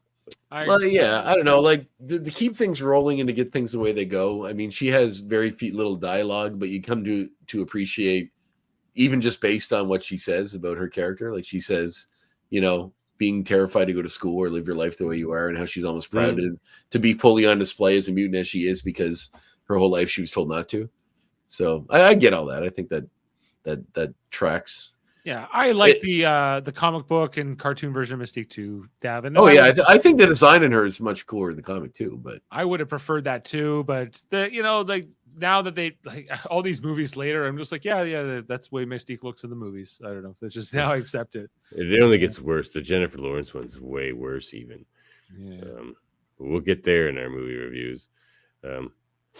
Like the way I feel about this movie, how it just gets worse. It's like the whole franchise is like that. But well, no, it's a bit enough. That's the next. There's some good. There's some good in there. I'll admit that. There's some low points too in this. Yeah. This movie is mostly, I think, good. yeah, I agree. I think if you look at, I mean, the rating of all the X-Men movies, this one would either be 1 or 2. I would put it as 2, but it's up there. Second movie. The nudity was too much. Well, it sucks because they went all in on the blue characters in like a way that like, we had Mystique in the first one, and then we get Mystique and Nightcrawler in the second one, and then they throw Beast in. And we didn't get Nightcrawler in the third one because they're like, well, we wanted to use Beast. We didn't want all these blue people running around. It's like, yeah, I get it. Why? Who cares? Like, I know, it's dumb. They It's did the dumb. same It's a thing dumb with reason. Guardians of the Galaxy. That's why they made Drax gray. They didn't want 2 green characters. Stand out from the Hulk a little more. No, they didn't want like Gamora. They couldn't have Because Gamora was and- green already. Gamora's not like was dark green. green though. She's pretty light comparatively. That's why they did it. They didn't want 2 green characters. So It's kind of it is gray. dumb. It's dumb. Like there But was a lot of I don't know, like dumb you're decisions like that in this movie. you're using that as an example earlier. I think if you go back and watch that Guardians movie, number one, it's probably half an hour to more longer than this one. And also, if you take away all the other movies and just look at the first Guardians movie for what it was, we don't really know anything about Rocket or Groot Drax very briefly, but we don't know anything We know about them more actually. about all of those characters than we do about the leader of the X-Men. What, Professor X? Cyclops. Oh, Cyclops. Yeah. Well, yeah. I mean, this He's the movie really. leader. Yeah. We don't need to know. He was one of the first students at the school. Yeah. He's a mutant. He's lived there. He teaches now. Like, there's not a time we need to know. He lives with Jean Grey, and For the now sake of Wolverine's this trying to story, steal you're his right. girl, and but he's more committed to the mission. He's willing to put his differences aside with this guy trying to steal his girl. If I had to stay away from my girl, she wouldn't be my girl. And then he tells her, right, which is saying, Yeah. she's not my Yeah, girl. I like that. It's like, well, this guy's pretty progressive. He's like, I'm not going to keep her chained. If she wants to be with me, she'll be with me. And then later on, he's like, yeah, fuck you, don't stay with my girl. So it's like, kind of undoes that whole bit. But I don't know, like I said, for the hour and a half runtime to fit in what they fit in, I agree. It'd be nice to see expanded versions. I was disappointed that we never saw until, I guess, Wolverine Origins, which is its own can of worms, but we never got any more. Like, I was expecting to get a revisit of Toad or a revisit of Sabretooth down the line in a future X-Men movie, and we just never got that. We had Sabretooth down in the road. Yeah, well, in Origins is Wolverine just bad. Origins, but he's completely different character, like completely. But it's supposed to be the same guy, right? I guess. I don't know. Like, I don't think so. Yeah, I think it's I don't supposed think to they be. put much, I don't think they put much thought into it. I don't think they put much thought into these X-Men movies. they put some thought into it. Yeah, I think a script was written. Enough thought had to go into that. I'll go But, out on a limb here. I haven't had time to read it yet, but Bob Skier, former guest of the show, wrote an X-Men movie, and I read the first couple pages, and That's what I like actually. that. I already like his movie better than this one. He already, in the first couple of pages of Bob Skier's script, I already know he understands the X-Men better than anyone in this movie. Well, it was So a big check out difference. our interview with Bob Skier. We'll have him back again. We got to talk about his script once we read that. So There's a big difference between a script and a finished movie. There's a lot of True. people it goes through. A man, lot of masters to appease, that's for sure. And I guarantee you, doing a high budget movie like this for a studio system, you're not going to get Final Cut to do the exact way they want it to do. So they try to stop Magneto. They stop Magneto.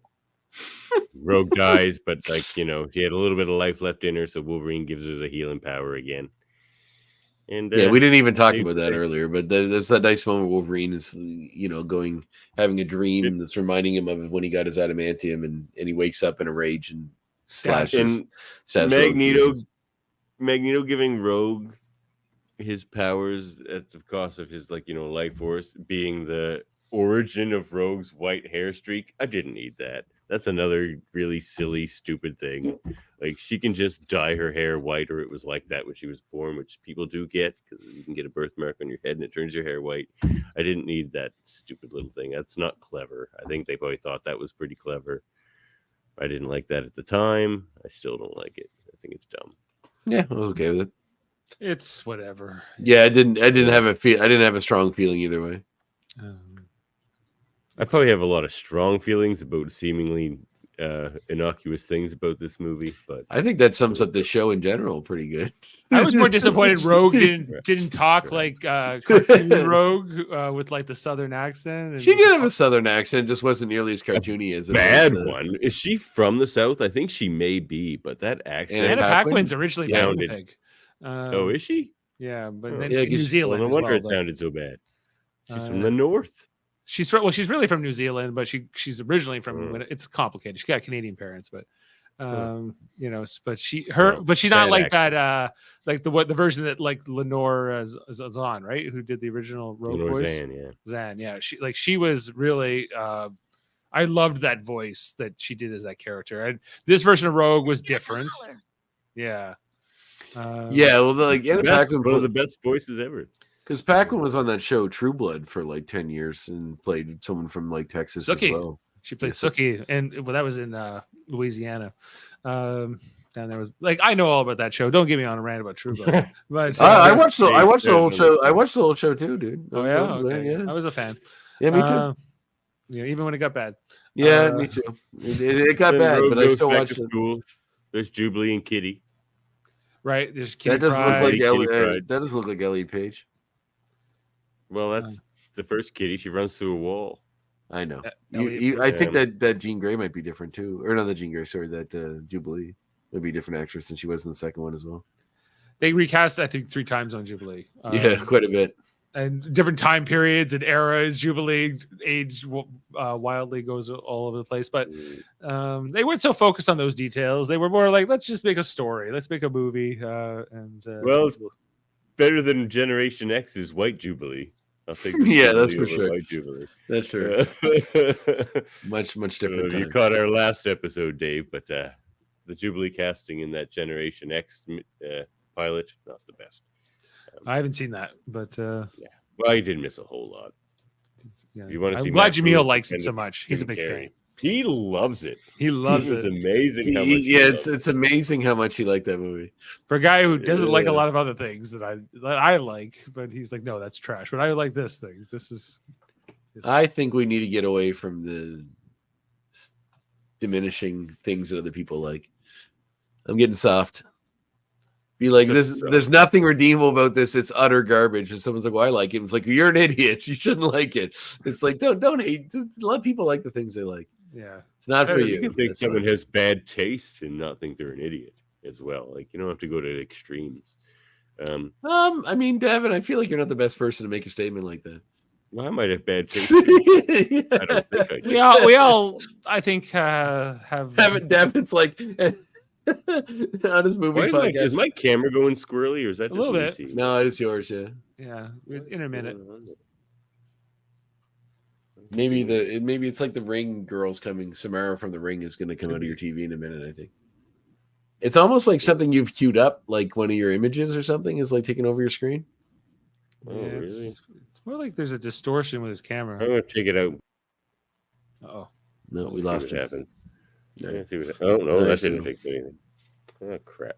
Anyway, well, we're getting long in the tooth here. Anyway, so What the do you mean we movie's still have over. another 9 hours there's talking with us? There's a cool scene. I mean, look how old is like Ian McKellen in this movie? What, like 50, 60?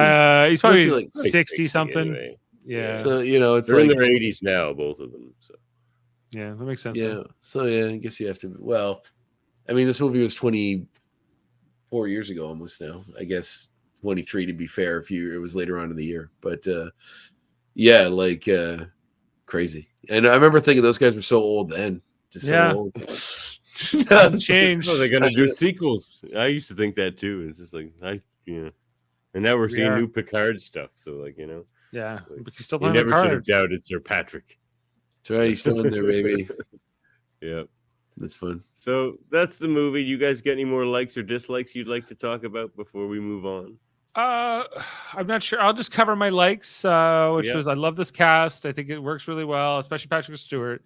The script was good. I love the settings. I love the way the visuals are put together. I love the connection to all these locations around Ontario and Burlington and different places they shot this movie. Love that this sets up a big franchise. I don't like that Bryan Singer is particularly involved either. I don't. Mhm. Sabretooth that. was a disappointment. I don't love Toad as a character, but I think Ray Park's good. But whatever. Some of the special effects look a little dated in this movie. Yep. You Well, know, yes. Even Yeah. for the time, though, they were Yeah. not. a couple of things. I think when like Wolverine's head is healing when he falls out of the truck, and I don't know, just some of the like.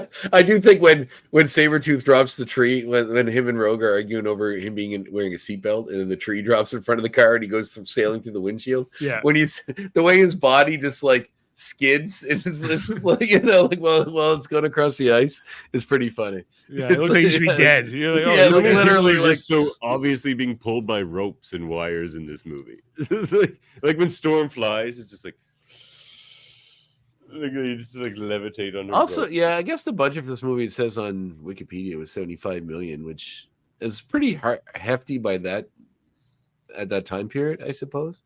Yeah. But it's still not a massive budget, I guess. But yeah, One more thing I didn't like about this movie was not so much that the Cyclops, Jean Grey, Wolverine thing. It was more the Rogue Wolverine thing. I thought was kind of creepy and weird because sometimes it borders on like this romance. it where- seems like she likes him, but Yeah, she's got the hots for him, Yeah, but yeah. but I would never, I'm like, you need to like shut that shit down, Wolverine. I'm like, this is weird. and gross. you're not protesting enough here. You're not protesting enough, like where I think it's like at the end, I think it's a Jean Grey says to Wolverine, like, oh, I think Rogue's pretty taken with you. Well, does perhaps say that, perhaps too. Logan is just grooming her for a life of Oh friendship. my. Yeah. Friendship for a friendship. A It nice feels a friendship. little like they need to just shut that down or not even do it in the first place. Yeah, Because I did get those vibes too, because like they do have some This is tender coming from moments where- Bryan Singer. Yeah. and they already Yeah. got Bobby Drake there as a love interest for her. Like, we don't even need to do this at all. It's completely unnecessary. I feel like this is something Bryan Singer threw in, like just as one of his weird choices. Oh yeah. But I think that so in comparison, the Wolverine Scott Summers Jean Grey thing is tame in comparison. Yeah, So- fair enough. But they do show like Wolverine's the one that goes to bring her back when she tries to run away in the train. When Mystique disguised as Bobby tells her that she should leave the school. So there's all that stuff. I'm more of a big brother, but Yeah, so like he reached out to her and says like I got your back kind of thing, and we'll do this together. So like there's some nice moments there, but I do get what you're saying. There are a few things that are borderline like, well, she obviously is in love with him. yeah, You know. and we don't need that. I would agree with that. We don't need that. Yeah, not, maybe not the hots for him. Like I feel like it gets quite a shoot in the second one. Like it's not like it continues. I believe No, she's it already does- it with doesn't. Bobby and it becomes the Bobby Drake, her and Bobby, and whatever after that. So yeah, Got which any is likes or dislikes, Andre? Yeah, Oh, we didn't cover I- yet. you know what? Like I know you have a lot of dislikes, but I don't like. I think Jackman's fine. I mean, I can forgive that he's 6 foot tall. As far as 6'2". playing, yeah, I'm 6'2", so you same height as me. Yeah, the other no, guy's we'll- the other guy's we'll 6 see foot. it, The guy who was supposed to play it. So you could have Okay, got 2 you would inches. got 2 less. inches less. Oh, that would have been better. That would have saved it for Davan. He's like, this movie is a perfect movie. Wolverine is 6 feet or less.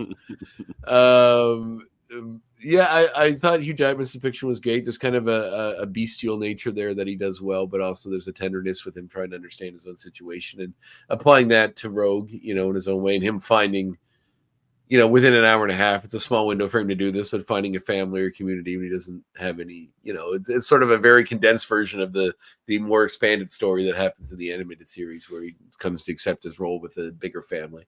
Although in this movie, he doesn't stick around. He takes off to go find more history of his past that, which leads towards The sequel. the second one, which in my opinion is a superb movie. Yeah. But Better than this one. And Brian Cox. they is set a it up pretty well fantastic- here. Like this, like they do a good job, I think, of setting. it And up. then we get the third one, and it's all down. And then it's all. Oh yeah. god, I'm really not looking forward to watching The Last Stand again. That's for sure. That's a But bad movie. oh god, I hated it when it came out. Wolverine Origins is so bad we can't even get a guest for it.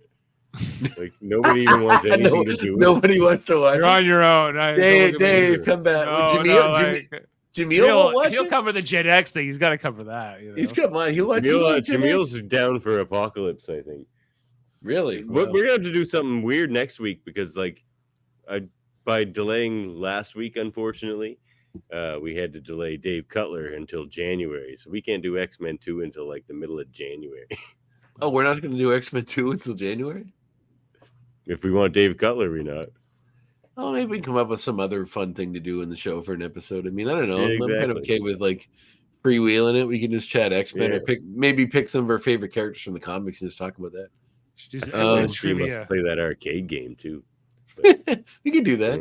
Yeah. Isn't Murphy supposed to be down sometime soon? He told me when I was in Toronto, he's coming down. 17th. Yeah, so I got to get in the city to have dinner with you guys when he's down. We'll stream that. Just us eating dinner. Yeah. We're just us sitting at like the Ponderosa Steakhouse or something, just like staring at each other. I'm not saying that's where we're eating, but Ponderosa Steakhouse. What is That's this? not even Two thing. vegetarians. Wait, what is this? what is This this? doesn't even exist. David, are you a anymore. vegetarian? Yeah, I didn't know that. pescatarian. Oh, okay. Well, I don't eat red meat. I only eat chicken and fish. Murphy's so like a I'm close. vegan, isn't he? Or I is believe he- so. Yeah. Dinner with Andre. That's right. That's right. There was the chat you guys had set up for when I was going to meet them when I was in Toronto. Was called Drinks with Andre, and somebody commented that I'm upset nobody called this Dinner with Andre because we didn't because it does seem like the title of the famous movie. Anyway, get back to your point. Villains. Yes, no, I really like the dynamic. I like Professor X a lot. I liked his dynamic with Magneto a lot. I think they're two scenes. The one at the end when they're playing chess, and the one where I love that moment. Even just the way Patrick Stewart says, like, I'm just looking for hope. He says, "I'll bring you hope, old friend." And just like the way he's shadowed and he's walking, I love those interactions. I really like the fight with Sabretooth in the woods. I do admit that when he jumps through the trees, it looks a little goofy, but I think it's fun. I would have liked to see a Sabretooth, like a real Sabretooth interaction with him, or at least It's not visceral enough for a fight between those two. well, it's also just supposed to be there until the X-Men show up to save them, right? Like it serves that purpose. But yeah, I would have liked to see. I agree that I would have liked to see a more robust Sabretooth, or at least one that talked to Wolverine and had more of a presence in that way, or at least would establish that they knew each other beforehand, or anything to that effect. The Senator Kelly stuff I really liked. I did like the sort of redemption arc for him when he's on death's door, realizing the fall of his ways. Mystique was fun. I enjoyed all that stuff. That whole sequence with the cops and Magneto was great. Although one thing I thought was always kind of dumb was, oh man, Murphy said he'll watch Origins. There, we got Murphy on the show. All right, Murphy's in for Origins. I do think when it shows like Magneto using the machine and they have all those waves going over his face, he's like he's making these weird like grimaces with his face look kind of weird. Yeah, It's kind of like it's like distorting his face. He's like, oh yeah. That's that's so sort of fun. And also like just like the only thing that manages to take him down is like just one quick shot from Cyclops, to the shoulder and he's down. When I was watching, I was like, it's kind of weird to me that the X-Men are so ineffectual against Magneto in this moment, because they're like, they're up there at the top of that torch. What will we do? And they have to blow Magneto to the top, or so Wolverine up there, and then they have to get Jean Grey to stabilize him. And then I'm like, you had Cyclops. Why did he could have shot Magneto right from the beginning, but it takes a while. If they made her a character, could have solved all of this all by herself. They didn't need the X-Men. They didn't need Professor X. Storm. They even explain that in a bit of dialogue where they say she can't send a lightning bolt into a big conductor because it'll fry everybody. She doesn't fly like comic book Storm does. No, she doesn't. She kind of just floats in the wind, sort of. Yeah. But yeah, and I mean, Toad was not really much of a character either. Although I did like the way they his little dances. I think Ray Park does a lot with a very little bit to do. Yeah, he has like the one line even where like Sabretooth comes and he says, weren't you supposed to have some with you? And he just growls at him. I like that. I did or the quit playing around. Yeah, right. Or the part where like when he sends Sabretooth to pull Kelly in the window, and then when Kelly slips through his fingers and he turns, he just like looks at like at Magneto like this, and the Magneto just like walks ahead of him and then closes the bars and locks him in the room. Like I think all that stuff's fun. I dig all that. So I don't know. It's like I said, for an hour and a half superhero movie to set up a larger world, I think they did a pretty great job for 2000. So I was very happy with it. And even watching it back, I still think at the clip and the pacing they use for it, it works pretty well. I think. Each of us will have to look into his own heart and decide. Sad. Ratings from 1 to X. Dave, you first. Is this out of 10? Yeah. No, X is the Royal X. It's 113. I'd say a 9. Out of 113? No, I'm just kidding. Yeah, that's about right. What scale you're going with, but I think it's 9 X's or whatever, so 9 X's. 90. That's fair. Out of 113. I was going to give it an 8 or a 9 too. It's tough. I mean, I get where Davin's coming from in some ways, but I also am trying to look at it as a movie that appeals to everybody from the year 2000. Or as much as it can appeal to everybody. I'll go with an 8. I'll go with an 8. Yeah, I'll go with an 8 because I'm probably going to save a 9 or 10 for X-Men 2. Because if I'm thinking about how much I like that movie above this one, it's significant. That one's so much better than this one. I'll give it an 8. It's so much better than this one. This movie's the definition of basic and lazy. It's a 5. Now, this is where you're. It's nothing but downhill for you in this, huh? I guess next one's probably your cream of the crop. We'll see. I what else would it be? I think Brian Cox alone makes that movie. Brian like Cox he gives like such a villain, and the fact that they have to team up with Magneto in the next movie, I think is such an interesting thing too. It's the way every movie does that. Stryker's supposed to be a religious zealot. Like, why is it Stryker? Like, he plays it well, but it's like. It's not Stryker. Oh no, you're right. I mean, if you want it to be that character, it's not. It's literally a new character with the same name. But if you can get beyond that, they just put names on genericisms. They do. Like, and it's frustrating to me who loves all these characters as being deep characters, and it's just like, well, respect them a little. But whatever. They don't care. They're Hollywood. They're just gonna mockeries of these characters. These straw men characters. Yeah. Nothing means anything. It's all temporary, Davan. It slips through our fingers like the sands sell of them time down through the river. hourglass. Like a tear in the rain. Tear in the rain. That's right. The year two. But, just like anything, wait around long enough, and you'll get another version of Magneto someday that will probably be played by Daniel Craig or something. Well, let's talk about that.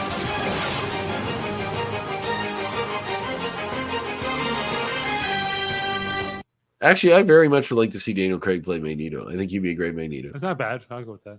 Like the way he looked in Logan Lucky, that Soderbergh movie, where he had like the really bleach blonde hair, they made it white with the piercing blue eyes. I think he'd do the role really well. You beefed him up like James Bond style. Oh yeah, he would look awesome. Like, you know, and he would definitely be a force to be reckoned with.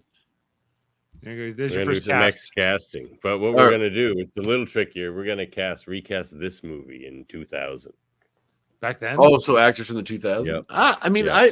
but to me, a lot of the people playing these characters are already perfect. Like, That's who would the be better than problem, Patrick like- Stewart? None. So we're gonna have Okay. to get squirrely with that one. Patrick Okay. Stewart. There's no one else who would have been better. I don't think. Yeah, No, there's no- let's skip that one. Let's I skip think- Patrick Stewart. I McKellen, think like no, we could pick somebody else for McKellen. I think you could pick someone else from Ian McKellen. I think he was the right choice for Patrick Stewart. Yeah, I agree. So like that's kind of the thing. If they had cast like I don't know, like your fantasy version, it wouldn't have worked. I think that they needed to be there. So since it kind of dictates like you have this version of Xavier, so therefore you have to cast your Magneto against that, and that's kind of what you get here. I don't know who else you would have picked at the time. Like maybe David Warner or somebody who's kind of the same. Yeah, he had the Warner would have voice, been a but he good wasn't very. Magneto. He had the voice for sure. He wasn't as famous though as Ian McKellen, so I don't think they would have went with him. No, probably not. You know, Ian McKellen was I think he may have been more famous than McKellen at the time. Like Ian Warner McKellen started- had put that cat in the oven, the Nazi movie. What was that movie? At Pupil. At Pupil, yeah. Like he was well known for that at least, and like Yeah, he he was. was. Um, All right, Okay, so here's my okay. pick Actually, for you know who I Wolverine would have then. cast as Magneto? All right. And, You go Magneto. Richard Gere. Richard Gere. Weird. Wow. What, man. white hair? No. He looks like him. He looks like him. He does. But He's he's got not the a very long way. good actor. Is he still a Holocaust survivor or no? Yeah. I guess you'd have to. Well, yeah. So he. I mean, at that point in the 2000s, Gere would have been what 40. Yeah, like he would not He be. would have aged him up a little bit, but he would have been. If you're looking for English, Colin Firth would have been. If all you right, give him too. the Biff Tannen aged up makeup, for like he's old man Biff. I think David Warner was the best pick. Let's go with that. De Niro. Let's skip Xavier because who else? Is De gonna- Niro as Magneto would have been pretty great. I think It's the- Schwarzenegger as Magneto. This is going off the rails. All right, let's move on to Wolverine. I'm gonna pick somebody short. I'm gonna give you guys two choices, and you guys see me. What Yeah, you I'm think. all ears. Jesus. I Okay, need to know what let's- you're going with this. let's hear One, this. I'm not gonna say Dustin Hoffman because he was too old, but he was 5'4". So another short actor. Can you imagine is Dustin actually- Hoffman was fucking Wolverine? How ridiculous No, that would have no, been. no. But you know who's also like 5'5"? James McAvoy. They made him play Xavier. He would have made a better Wolverine than Xavier, I think. Like you play Oh, him back like he then? played in that movie. Back when then, he would have been like 9. Yeah, he was too Okay, young. well, then that one's no good. So it has to be my other pick, Emilio Estevez. Emilio He's Oh my Estevez. god! Emilio But Estevez. Mighty I would Ducks have Man? died back then if they said he was Wolverine. Like, I would. Can you imagine, like fresh off the Mighty Ducks? He's Yeah, Gordon awesome. Bombay is Wolverine. Yeah, Gordon Um, Bombay. I think Tom Wolverine. Cruise would be a better choice. Oh no. You know, McAvoy though, like maybe not then, but now, you know. maybe now, but back then, like, there's not a lot of. I don't know who's like this short leading man type. I think it's like, and I think that Hugh Jackman. Evez Estevez. actually, you know who I would have cast? Are we talking Wolverine, right? You know who I would have Yeah. cast then, based on their popularity and their height Mm-hmm. in the 90s? Joaquin Phoenix. Maybe He's not very tall. He's like 5'7" or 8" or something. We're not. Yeah. And I would he think looked the that. part. He looks. He squat. You know, and he can get pretty Little buff if he gruff. wants to. Some scars. He's kind of gruff That makes looking. no You know, sense, he's though, got those because eyes. I Wolverine think he doesn't would have been scar. fine in that role. your Emilio Estevez suggestion made me think Charlie Sheen. Actually, the better choice of those brothers. No, Wolverine. no. The He's, taller choice. Get out of here. Because Phoenix is 5.6, so he's about 5'8.5", like Yeah, 5 foot. that would have been fun. I think that Joaquin that's Phoenix all right. is not bad. That probably could have worked because he did Gladiator around that same time. Yeah, that's right. Well, yeah, around 2000, 2001, yeah. So Yeah. Yeah. Cover up Commodus, that but he was scar young 'cause in that. Wolverine doesn't scar, and away you go. Even Russell Crowe. What about him? Too tall? Just He was Wolverine? actually considered for it at the time. Yeah, he was, but I don't see it. I could see it. He's kind of like, who's got that gruff thing? I think Charlie Sheen would have been good because if you think of him like in Major League when he was the Wild Thing, Rick Vaughn, more that rebel sort of guy. You know, you beef him up, he could be. Actually, I think Harrison Ford should have been Magneto. I changed my choice. Harrison Ford would have been fun. He was born in 42. He was born in 1942, so he would have been 50-ish. Yeah, you could stretch it that he was like alive during the World War II. Yeah, I don't know if I can see it, but it's interesting. But him against Patrick Stewart, I don't know what that would be. Like that scene would be him playing a bad guy would be pretty interesting in that role, I think. Yeah, like he doesn't normally ever play bad guys, Harrison Ford, right? Like, that's why I mean it would have been interesting. All right, what about Cyclops? I really like James Marsden. Yeah, so do I. I think he's perfect. Like at the time, I was like, "Who is this guy?" He was an unknown, and he still kind of is. But he's pretty good, I think, in the movie and in the role. And I think his chemistry with Hugh Jackman works. And I don't know. But this is the X casting game. Like, what would you have wanted from Cyclops that we didn't get from his performance or his even characterization in the movie? Well, Cyclops is more than just his relationship in that love triangle, and we didn't get anything other than that. Well, you know, Matt, for the time period, for the time period, like actors that would fill that role and were popular, like Matt Damon would have been around the right age, and he, you know, he's kind of a pretty boy, and at that point was in really good shape. He would have played it well. Ben Affleck. Yeah, Ryan Gosling would have been around that right age too. I think when he was pretty young. Gosling was a kid then. That's he was young Hercules at the time. He was born in 1980. He would have been 20 if in the year 2000. That's too young. A little bit. He's a little bit on the young side to have played it at that point, but you know. Yeah. But if you're going, I guess you're going X-Men First Class style. But then, yeah. But no, I think I think Damon would have been the best choice probably at that time. Yeah, it's an interesting choice actually. Yeah, he could play Chris that O'Donnell. kind of smarm. Chris O'Donnell. You know what would have been interesting, Magneto? Jerry O'Connell. I'm going to keep thinking about different people that could have been Magneto, but you know what would have been interesting was Colin Firth.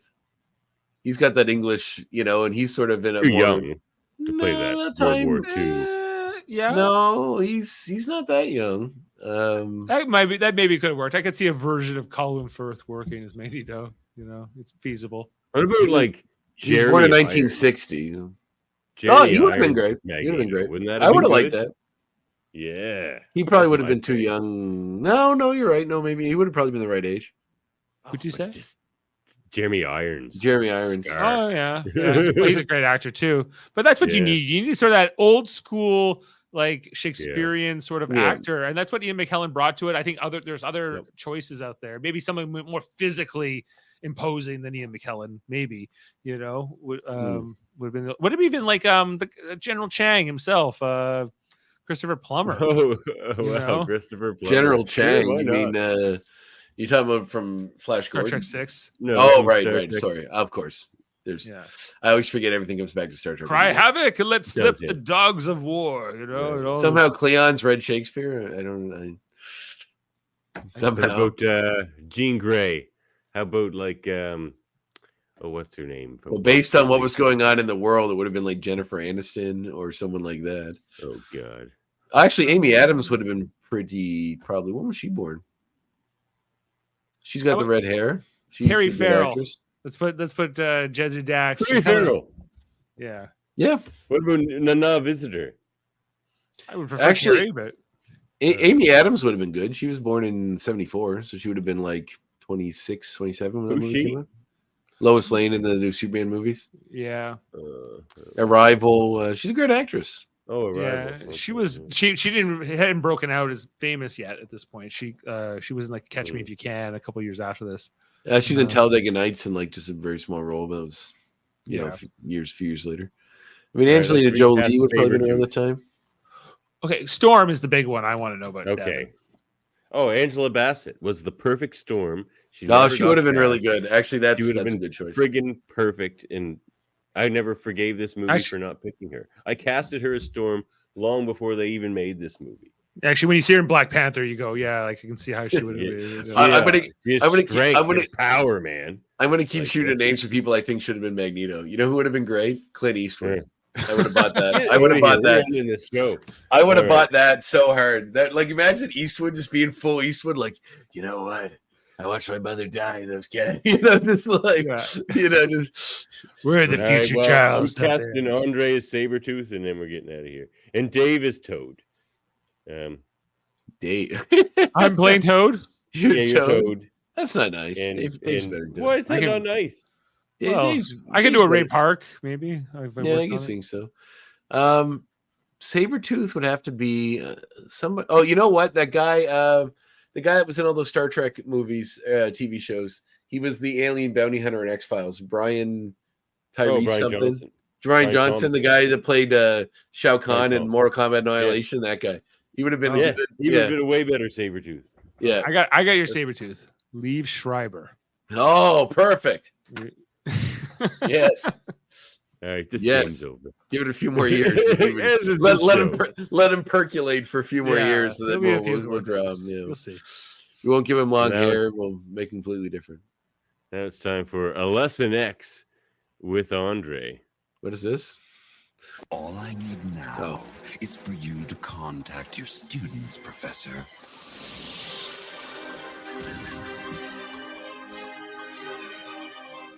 So am I quickly going to come up with what the next episode is going to be about, since we need to fill some time before?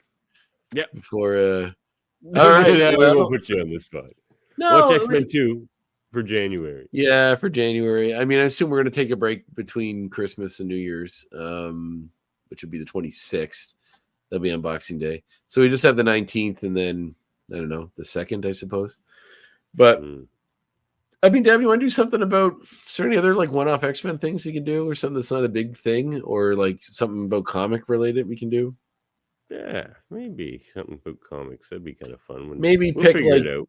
maybe let's read like God Loves Man Kills or something like that. Just one of those like short classic X-Men stories and talk about that. Be kind of Oh fun. man. Well, you know what? God Loves Man Kills would be a perfect lead into. And I don't think X-Men I've ever 2. read it, so that's Oh, my really? time.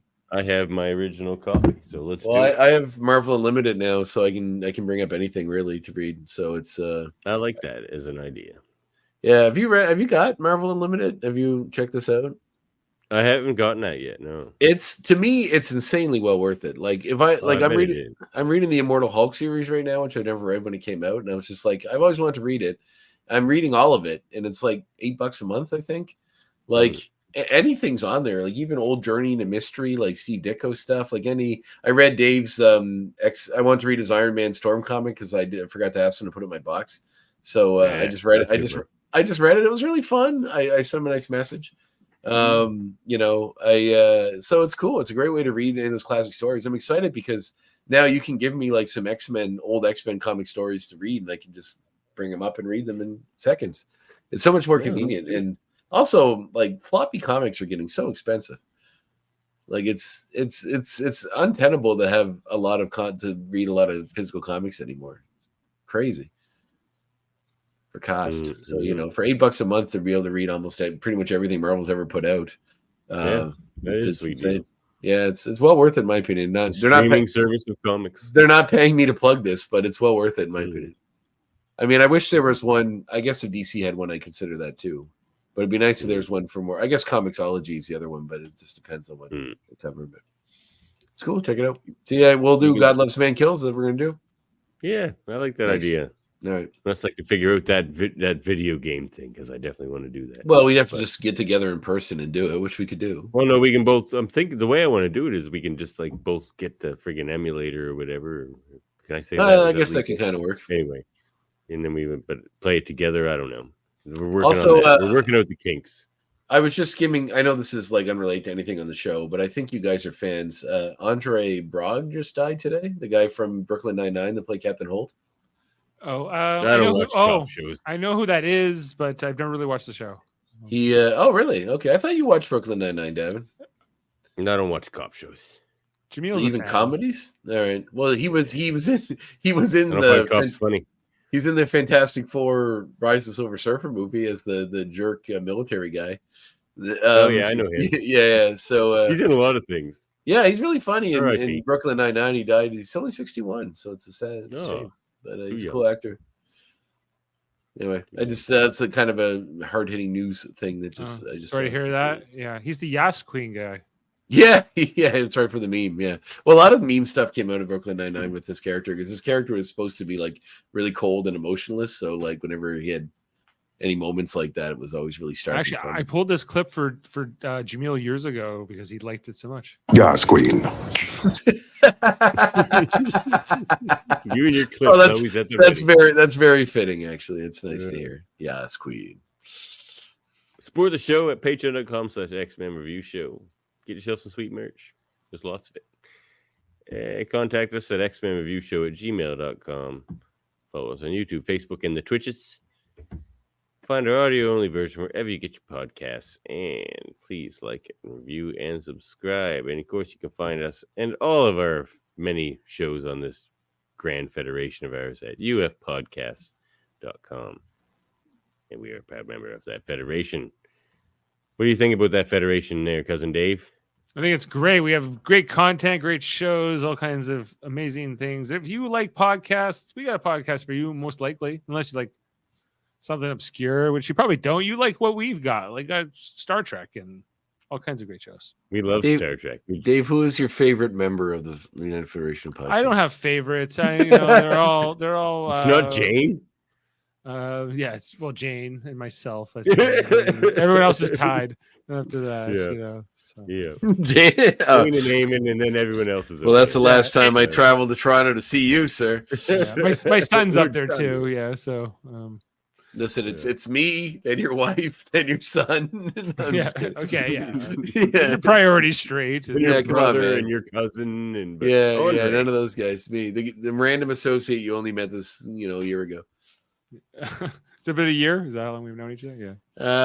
No, it'll be a little more than that actually, because Davan and I have been doing this longer than that. But you're not a random associate.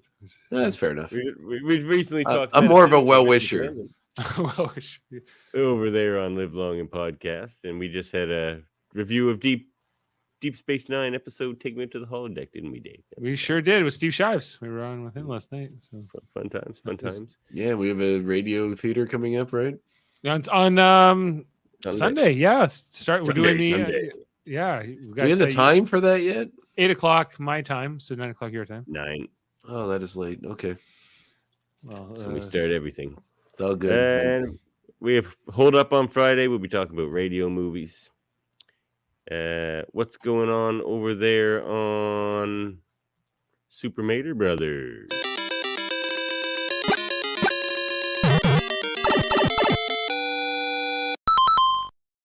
I love that. I can't believe we're not getting sued for that. Yeah, or at least a cease and desist letter.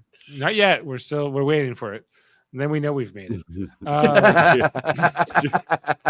So yeah, we had 2 more episodes of Survivor season 45 to cover. We'll be on Wednesday, and then the following Wednesday, the season's wrapping up. We're down to the final 7. Right on. Sounds fun. What's happening on?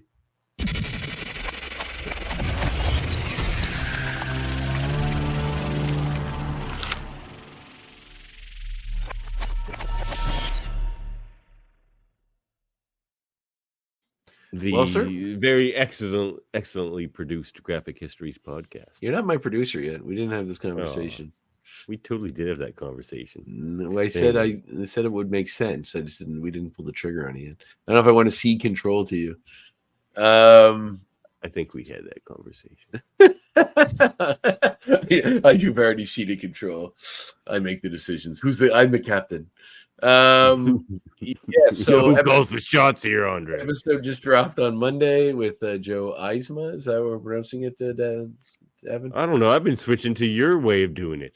Isma? Now we're switching to each other's pronunciation. I should have asked him. And thankfully, I did. I don't think I did during the conversation because I don't think it came up. I just kind of assumed I had it right the first time, but I shouldn't assume that. You must not correct people no matter what. So it's well, we're having. Well, I don't think it ever came up. I don't think it ever came up in the conversation. I don't really refer like when I talk to you. I'm not like Dave Mater. Welcome to the show, Dave Mater. Thanks for being here, Dave Mater. See you, Dave Mater. Actually, it's Mater.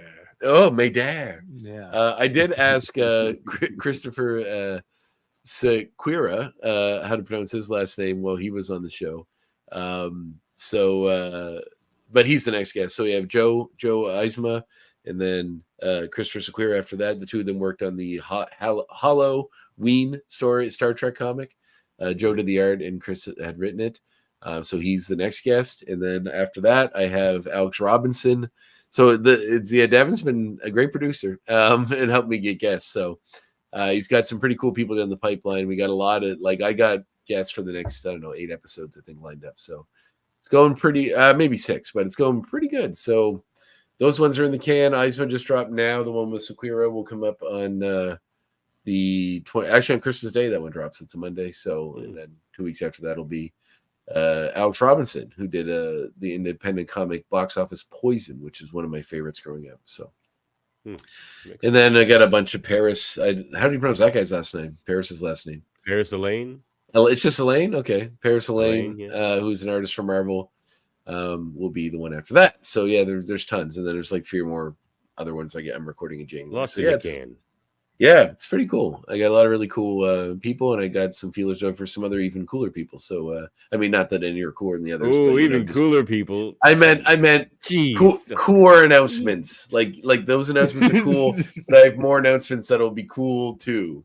I knew I should have ended this show before the 2-hour mark. Oh, shut up.